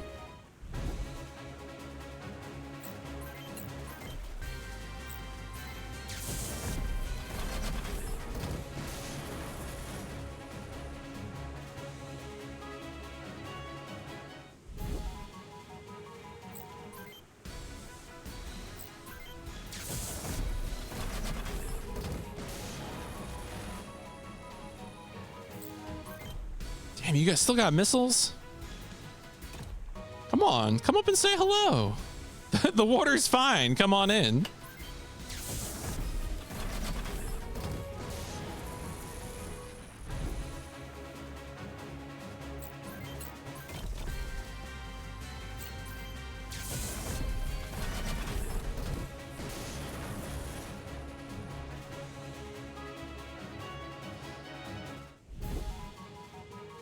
There we go.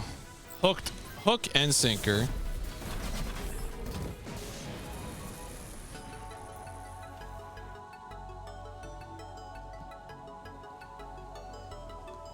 Yeah, there's Geta. Geta, the sole surviving member of Hell's Wall. Phonetic script isn't real and it can't hurt me.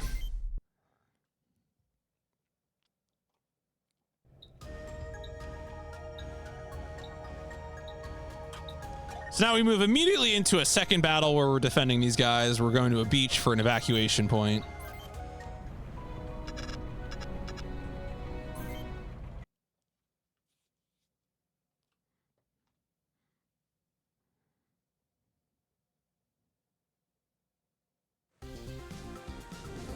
Oh no, there's a whole OCU ambush squad. You're using alternate encryption on our transmissions. Is that? Oh, it is an attacker. Okay. Well, I'll just move forward and he should come towards me.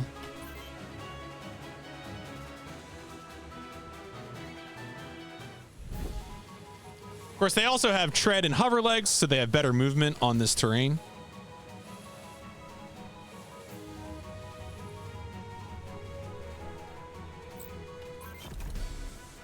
Wow. Yeah, some of these guys, I mean, I still do have healing items equipped, so I should be able to get through these pretty okay. Wow. I'll also be able to move to a new place and get upgraded equipment. The thing that's really hurting me right now is the lack of upgraded equipment.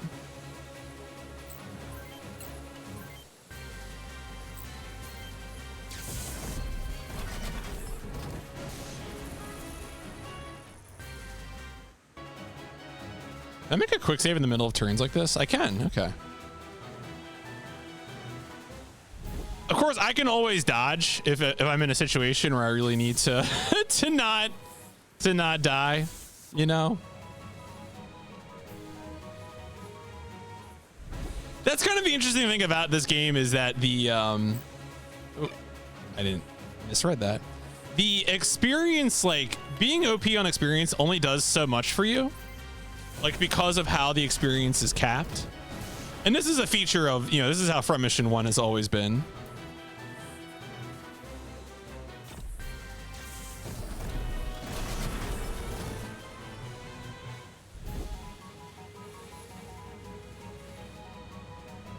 Wow, they ain't moving. They ain't going anywhere. Right, I'm not gonna get close enough, but I will take this opportunity to use a little repair S on my body.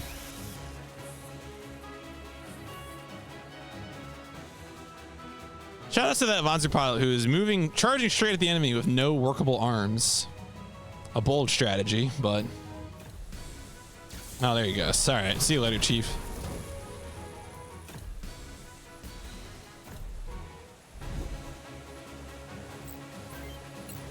Get rid of these arpeggio attackers. What is...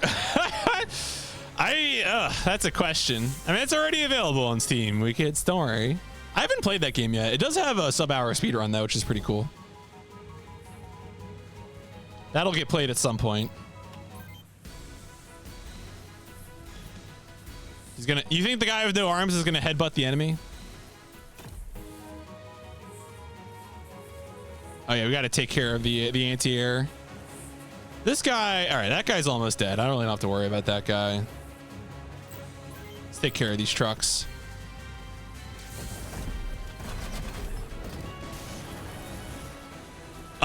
They were both good, Radoon. I actually plan on off stream working on AC2 as a speed run, so I'm definitely I enjoyed both of them. I think they were both like what I expected, but also surprising in ways. So.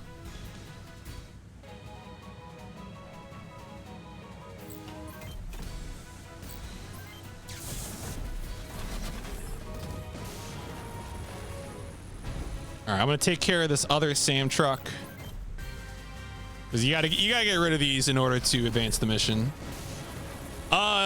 I do know of an out of bounds method in Armored Core 2 that I have used, and I don't know if it's applicable in the speedrun. Actually, you can pretty much just do it with anything. There's nothing quite like AC1 had, but there is a thing that you can do. Making use of the system limiter and overboost. One of the things I'm going to be investigating off stream is if it's usable in any missions to go fast.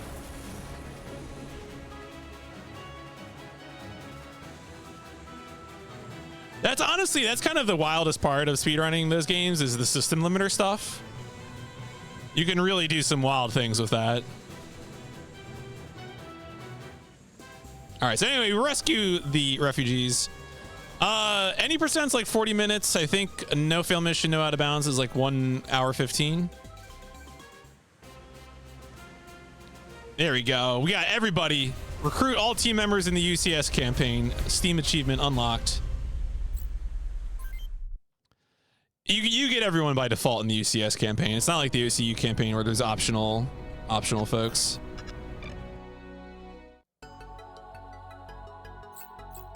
I think I probably should have upgraded here.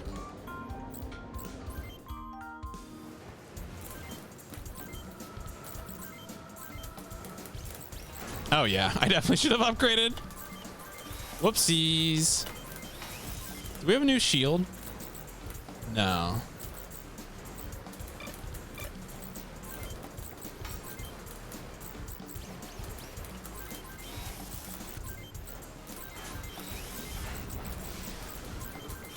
All right, we're going full Prismer. Backpack. Finally, okay, good. We're finally getting some movement off the backpack.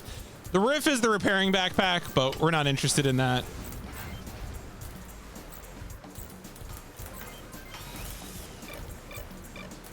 There we go. Of course, Armored Core 2 has the similar thing where you can just abort out of like half the missions, so. I know, right? Imagine not wanting to go fast. Couldn't be me. Let's go ahead and check out the command room.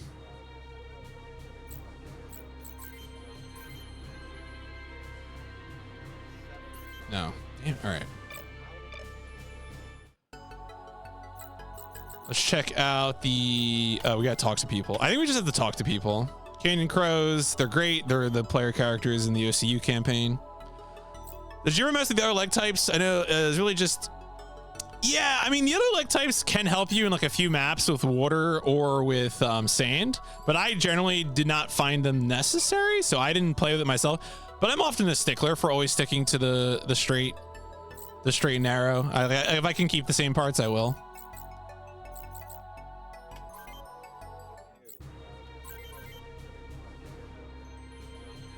All right. I think we're now good to go. Yeah, there we go. Okay.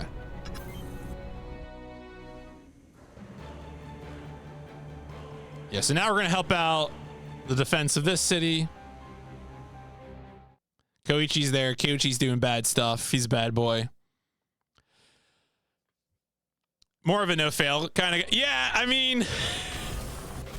I get it. I get why you don't want to spend half the run aborting missions, but also, like, for me, it's like, I got to know.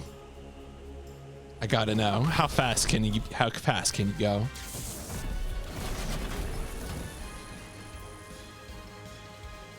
Laurent is trying to defend the city in a Type 90, but it's gonna cost him.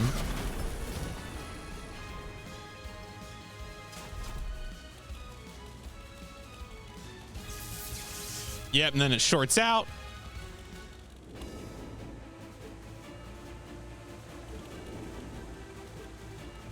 Lieutenant Greenfield, we're here. We're gonna save you, buddy.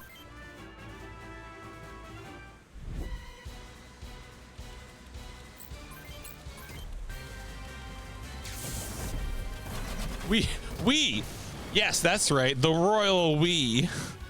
I see a whole army here. I don't know what you're talking about.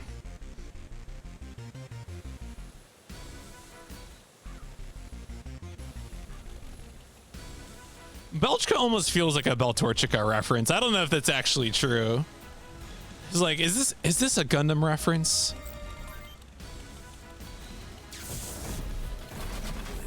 Damn, that tank almost blew off my arm. Disrespectful.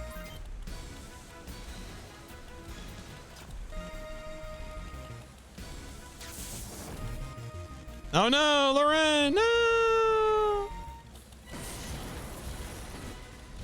All right, well, we want to take care of these tanks because they're actually kind of a threat.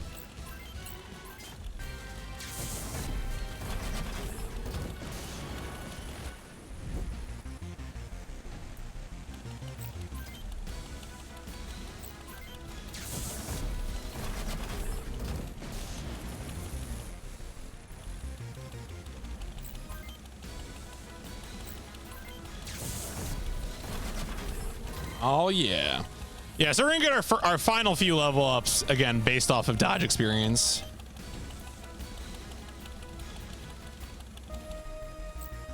The nice thing there is that when the tank shoots us at further than short range, we do just, you know, use our shields and safely avoid any damage. The shield really helps us reduce our damage tremendously.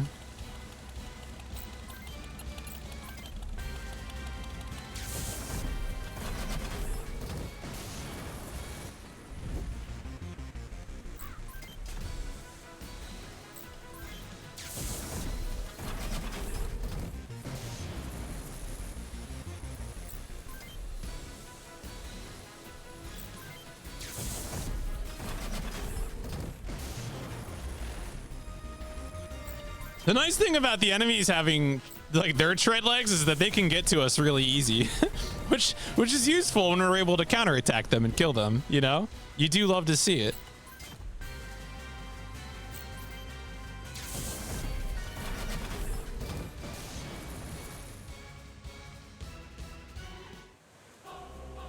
Anyway, rip in peace, Laurent, and Paseda Base got overrun.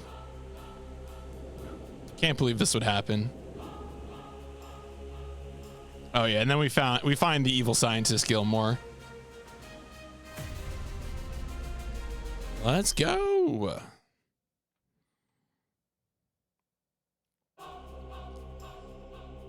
Yeah, and so then now we discovered, yeah, the evil scientist tells us that it was actually the Wanzer had a biocomputer, and the biocomputer is made using the brains of veteran soldiers. It's some really nasty stuff. I'm beginning to think that people who make weapons aren't actually good people. Really starting to feel that in my bones. Yeah, that guy's pretty evil. I would say pretty safely.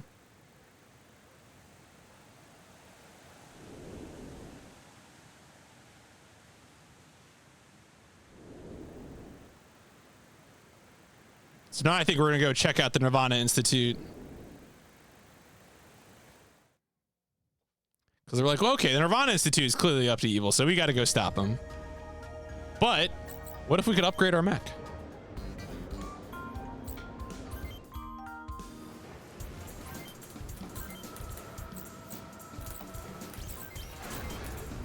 What if?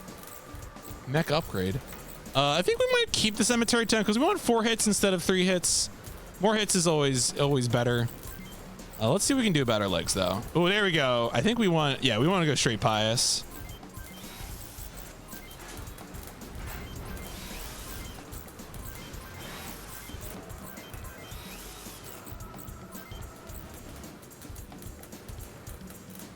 More power. Yeah, and then they get the Potentia, which is the 99 CPU. And we're pretty good.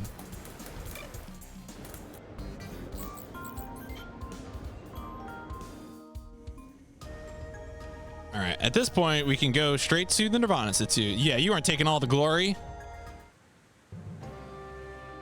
And then...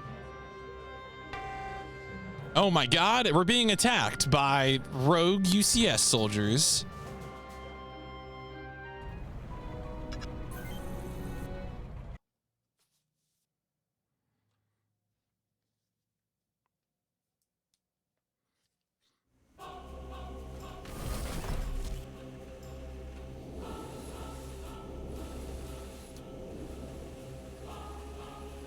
Surprised to see me? Oh my god. All right, so now we're getting attacked by the Nirvana agents. But they got nothing on Kevin. I think we want to go... yeah, let's go up this way first.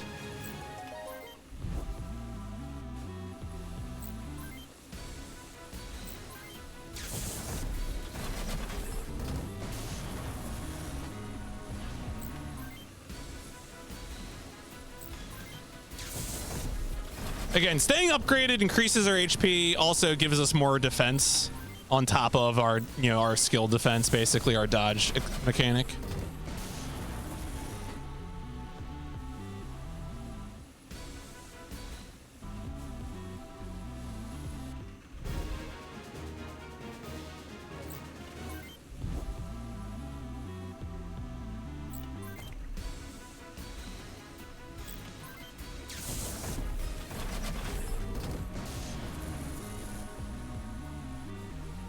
Yeah, unfortunately, it's kind of difficult to aggro all these boys at once.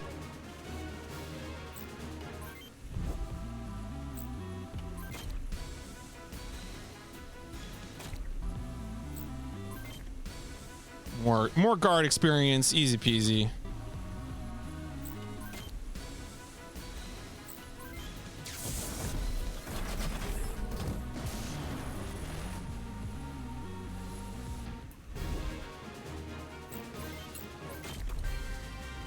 And he gets harvested.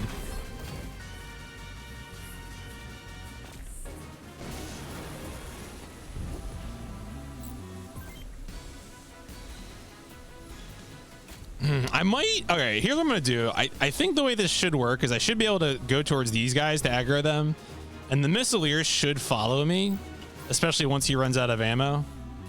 Yeah. Okay. Good. Good. Good.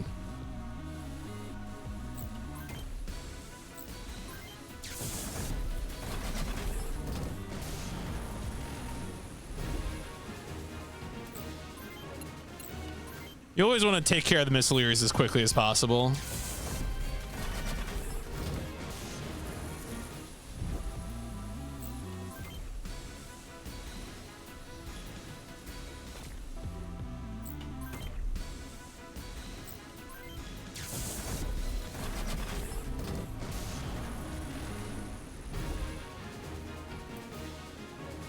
And there he goes.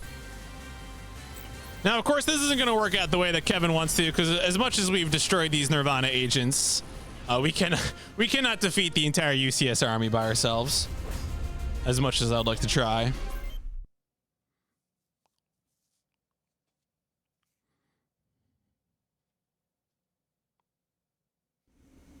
Yeah. So anyway, we never make it to Fort Monas because we get arrested.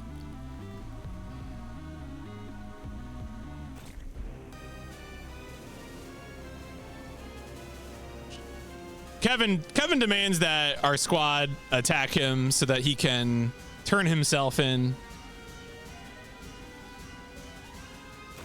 No one's able to hit each other. Oh, there's that guy, Gale. He's a jerk. We'll kill him at the end of the game, don't worry. We get interrogated about what we've been doing, but no one believes our claims about biocomputers.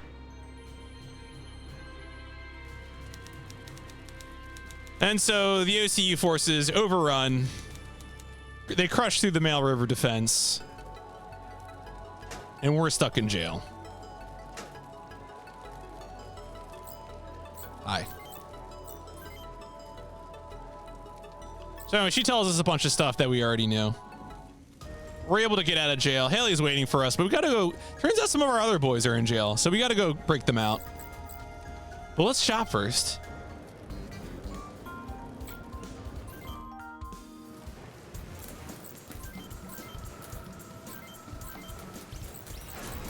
There we go. Now we have a proper upgrade machine gun, the Black Star. And I think we should have access to a new shield now. Yeah, there you go. 14B.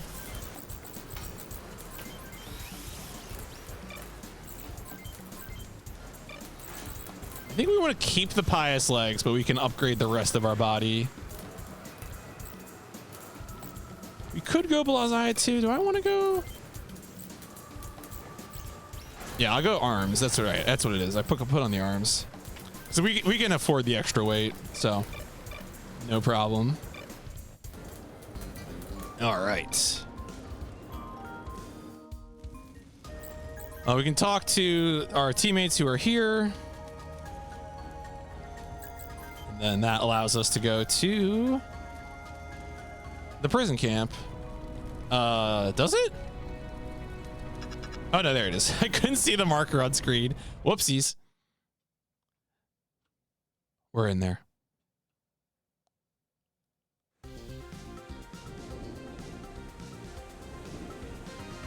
So now we just got to crack him out of jail.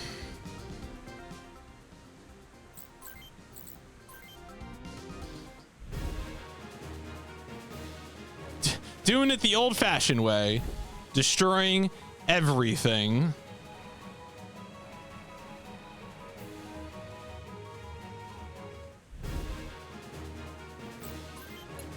The Vonzers will attack me, so I just want to focus on attacking things that are stationary targets.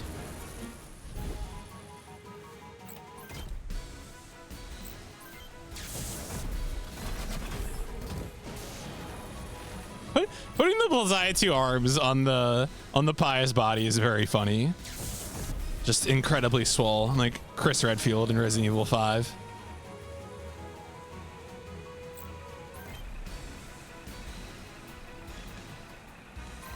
Oh, we're so close to maxing out on dodge XP.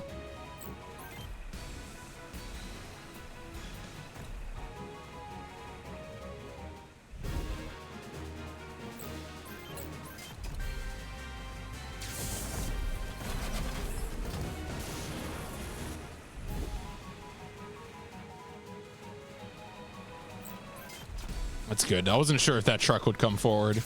We're probably inside the minimum range for its long distance attack.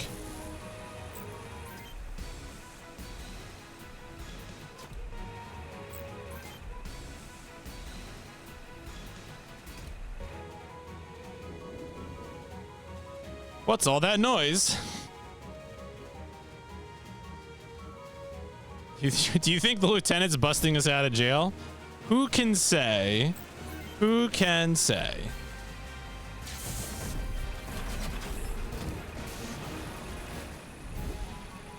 That's good. I was hoping that guy would attack first.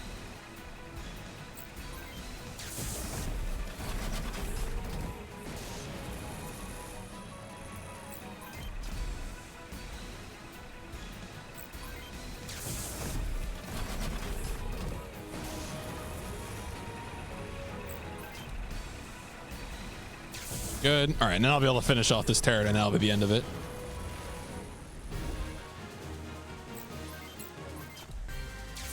Oh, yeah.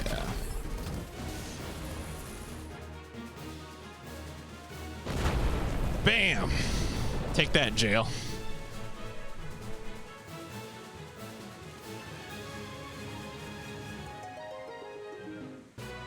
That's how I get my friends out of jail. Show up with a mech. Ends things real quickly.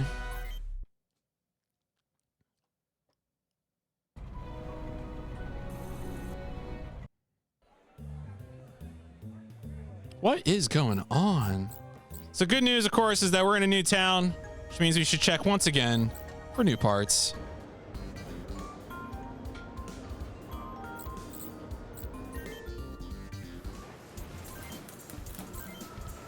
I think we're good on machine gun. Yeah, because we could go for the... Oh, no, least on B's here. All right, never mind. Continue getting those upgrades. We're good on the shield, though. All right, we do want to grab these legs because they have more HP. And then I think we want to grab that body as well. Yeah. But I think we keep the arms because those arms are machine gun arms, which we don't want those right now. Oh, we can get the Numsakar arms. Yeah, okay.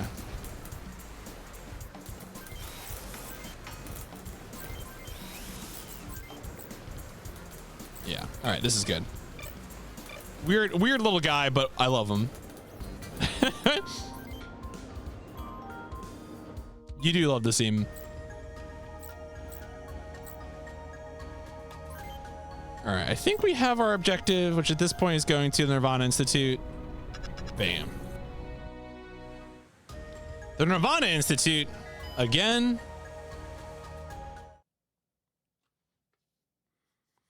Some people are still here fighting. Actually, I think we fight Driscoll here.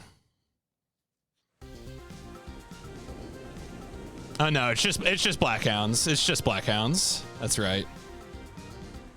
Our old unit that we were fighting with at the beginning of the game.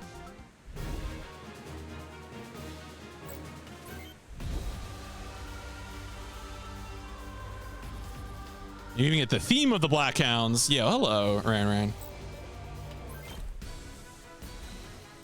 Reminder, of course, that I am also live on Steam on the Front Mission Remake store page,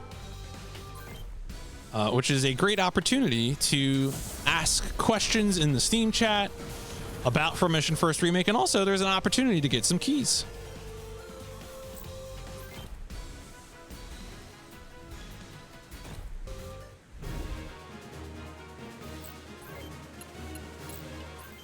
Get some of these distance units, boys.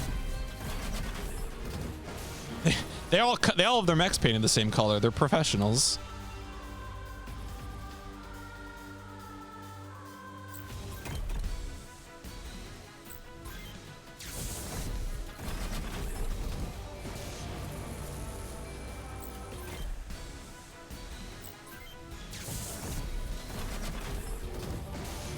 So there's a skill for short range attackers called Duel, D-U-E-L, and that skill allows you to target a body part. So see here, procs up top left, and then on the top right there's a menu there, and I'm selecting body.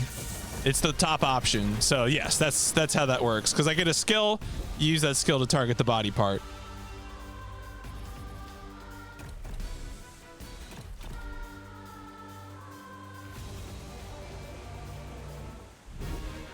It was when Front Mission First Remake came out, there were some people who were like, the randomness of the game is so weird. And the answer is, like, when you play it first, is you don't have the option to, you know, to target a particular part like that. But that's like a part of the game. And you can get skills, you know, with up, you know, leveling up to change that.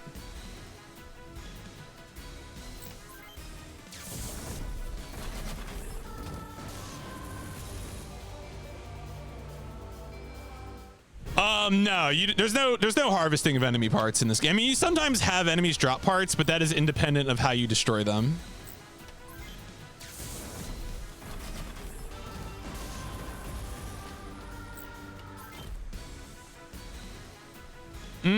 Yeah.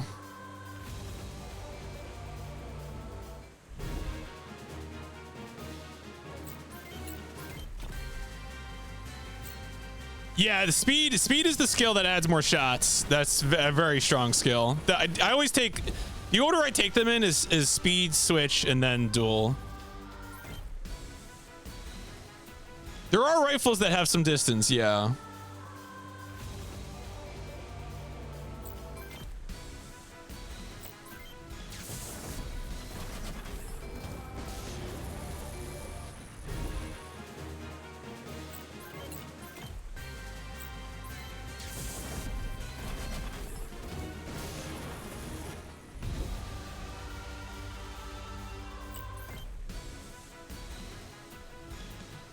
Well, these Blackhounds getting off some switches are doing a little damage.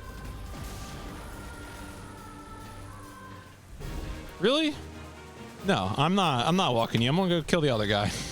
You jerk.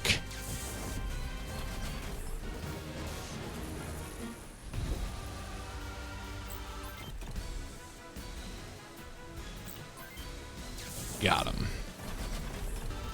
Blackhounds ain't nothing. All right. Brava Squad's the real stuff. Actually, I guess the Silverlinks is the name of our squad.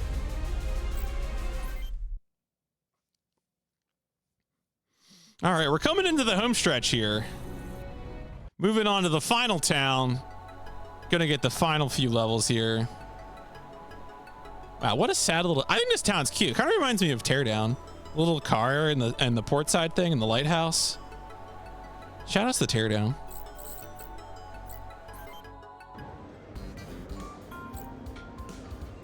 Oh, yeah, it does have the logo too. It's true. On that version. All right, let's get some final upgrades here. We should have the... or do they have the FE24 here? I guess not. Where am I?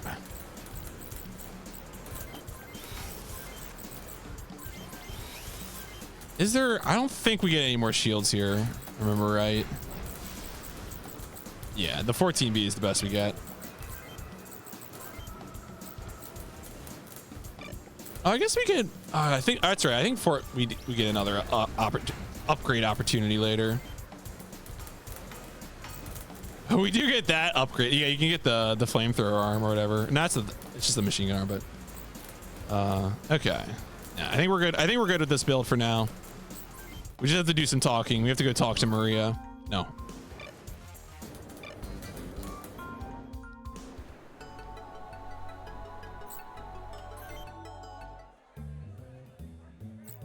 So we have to talk to people to get the to get Maria to appear.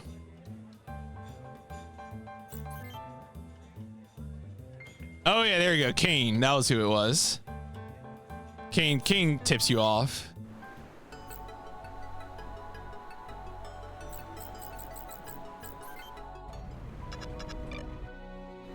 Oh no, is it the Wanzer dealer? I think it's the Wanzer dealer. I thought it was Kane. So I had that written down wrong.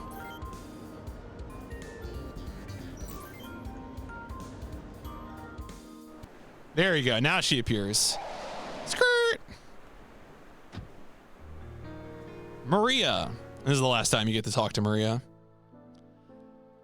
You get this little scene where Kevin and Maria have one last chat.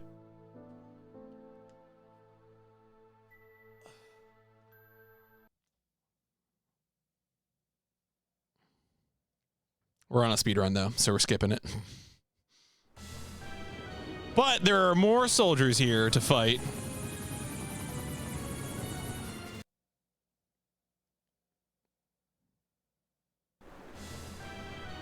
Yeah, wait for me, Maria. I'll be right back. Narrator, she does not wait.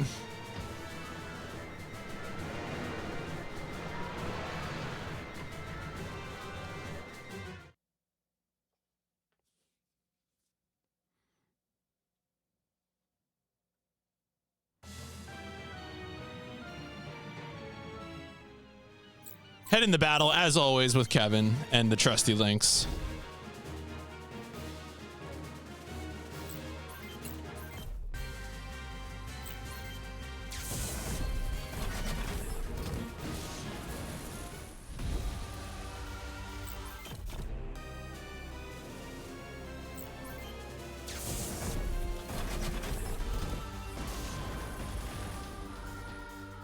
Yeah, there are enemies on the beach, and then there are also enemies to the east. So I'm going to take care of the enemies to the east first before dropping down to the enemies on the beach.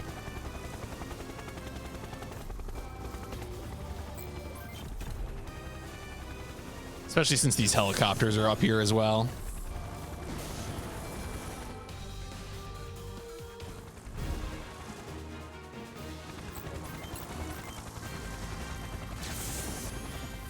I'm never confident in the helicopter AI to actually rush me down.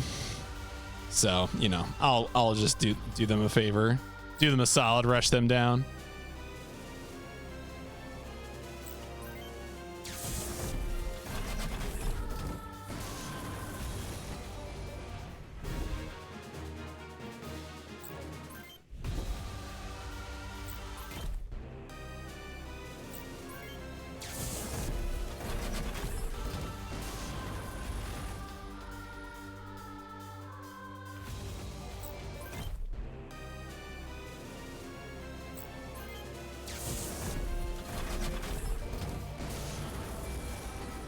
All right, now we just got to go clear the enemies on the beach.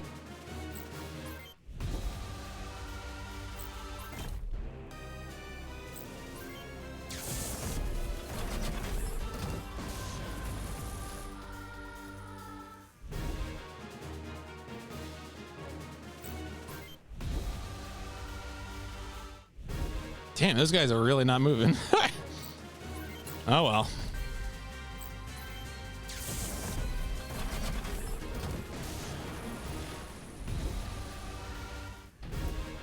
Going nowhere.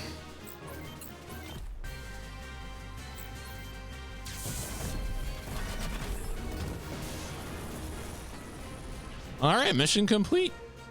The town is saved. I don't think they're really attacking the town, but mech combat has a way of causing collateral damage. Maria goes to take care of some stuff, and she ends up murdering Driscoll. Driscoll, of course, had gotten eviscerated by Royd in the fight at the some science base, and then she basically almost kills him. And then yeah, she has him ordered to be implanted into the monstrosity that you fight at the end of the OCU campaign. So she feels that she gets vengeance on him by turning him into a biocomputer all his own.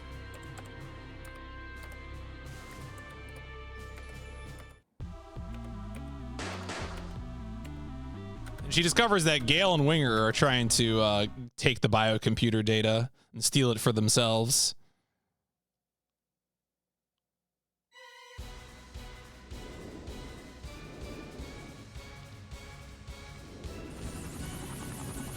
And they get away.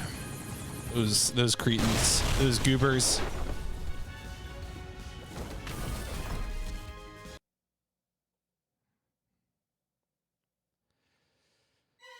Yeah, now you're the GTX 4090. Anyway, Maria's gone. Who knows where she went?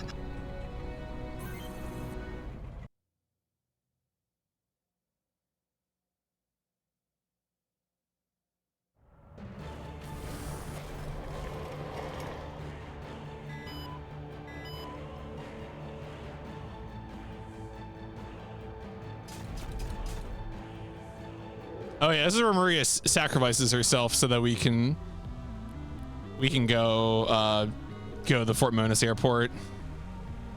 The Peace Mediation Organization, I think that's right, because this is what at the end of the OCU campaign, the Canaan Crows work for the PMOs. Anyway, we make her getaway. Maria sacrifices herself for us.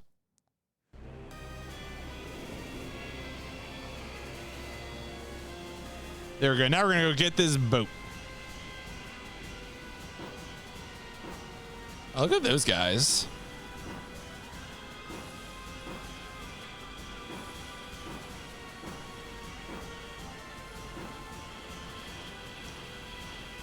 So close, but we can get them. Folks, give me just a second. I just need to stand up for a moment. I will be right back to streaming, and we'll continue this. I know I'm taking a break in the speedrun, but I'll be right back.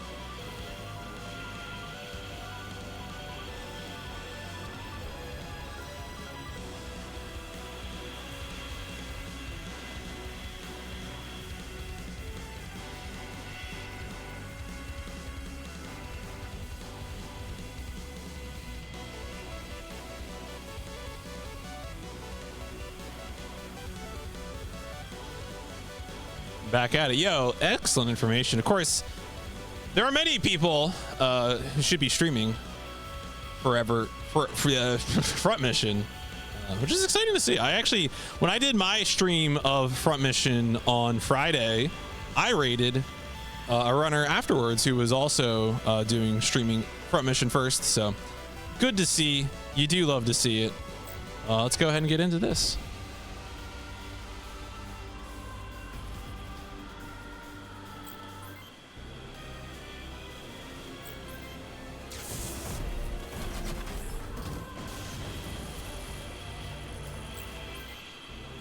Yeah, these guys will rush you down, so it's good to just go up, aggro them, get this taken care of.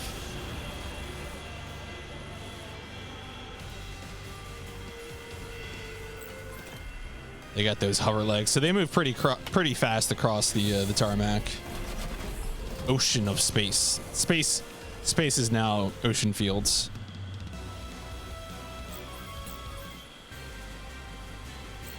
That's the goal. That's the goal, Dougie. That's the goal.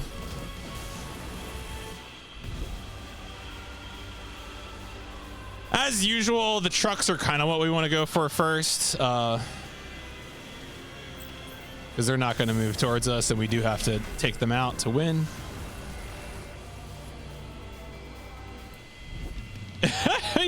You know, they're pretty determined, I have to say. Those guys are aggroed, so I'm going to not worry about them because they're going to come towards me anyway.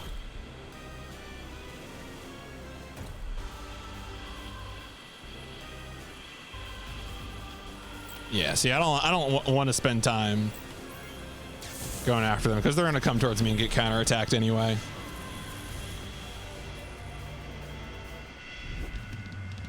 These trucks, these non-violent trucks.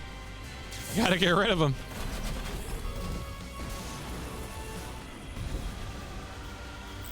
Once you do get close enough, the mobile weapons will move towards you, which is good.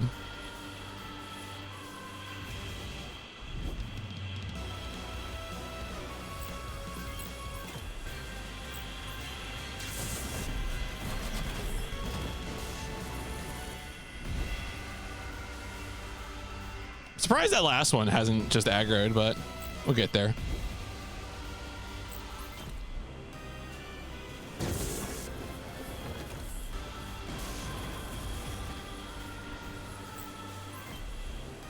Oh, he does have a long-range weapon.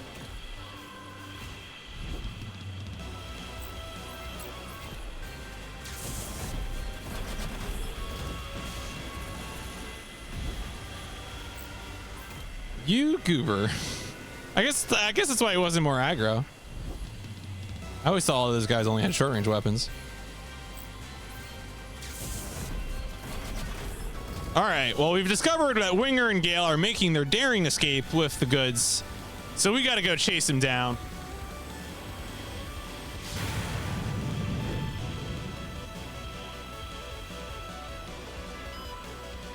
Oh, the tank. Yeah, I mean, this is nice and clean. Like, it's very, I would say this is a game, like, if you don't want a game that, like, gets too feature creepy, or, like, the turn, like Fire Emblem games sometimes for me just take too long. A game like this is, like, nice and bite-sized. It's just, like, easier to manage, easier to get through. Like, you still get cool customization of customizing your Vanzers, but, like, you don't have to, I don't know, deal with all of, like, the weird stat creep in Fire Emblem. Like, this, I don't know, Front Mission hits a good spot. Woo.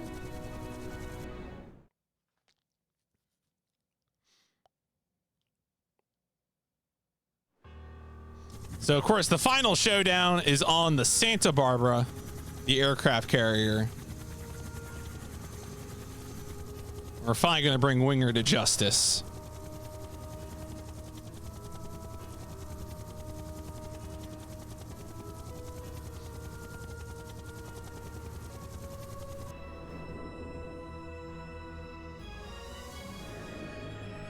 But of course, that's not all. Gale is here in some awful monstrosity. Also, he blows up the plane. Classic bit. Classic Gale. That's a Vanzer? And there's two more of them. Yeah, this is like a really cool finale mission. I mean, both the finale missions are pretty cool, but like being on an aircraft carrier is like is pretty neat. It's pretty good time.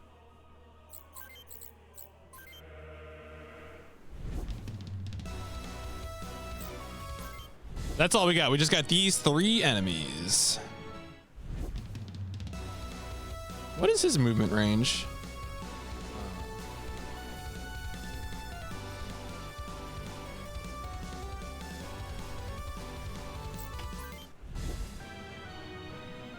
Yeah, they are basically. Yeah. Are they actually called I forget now. No, they're type. Oh, that's right. They're types. But they are basically. Anyway, hosed. Bye.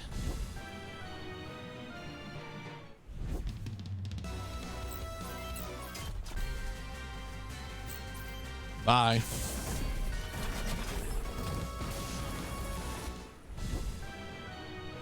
He's like, oh, maybe I should be concerned now. Come on, buddy.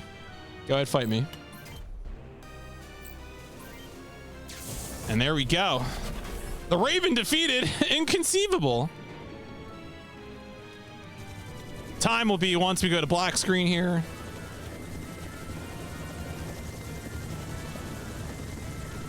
Anyway, these guys arrested. Stand down, Winger. You're under arrest. Bam.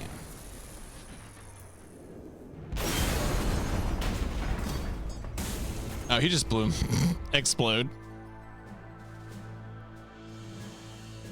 And there you go. Woo! I think that's like the first recorded UCS campaign speedrun on any version of Front Mission. Obviously, I was goofing around a lot. I didn't have complete notes. But still, good time, right? Good times. You love to see it. Cool. Well, there you go. We ran through the whole UCS campaign. The job got done. This guy's arrested. Extremely, on a scale from 1 to arrested, incredibly arrested. I've never seen someone so arrested in my life. Do I have a YouTube channel? Yeah. I think if you go search PMC Trilogy, I mostly use my YouTube for speedrun PBs. So that's most of what you're gonna find on there. I speedrun a variety of games, usually more action games than strategy games, but I do really like mechs, which is a part of why I am playing Front Mission. So, you know, there's lots of mech games. I've done Armored Core, I've done various other games with mechs, so that's always a favorite of mine. I also do a podcast on mechs too, Giant Robot FM. We actually have 2 podcasts about Front Mission that are on the main feed. So if you search Giant Robot FM anywhere you get podcasts, you can listen to some podcasting about the production history of Front Mission, the first Front Mission game. Yeah, this is a peacekeeping. Yeah, so Kevin ends up becoming like a peacekeeping teacher trainer guy.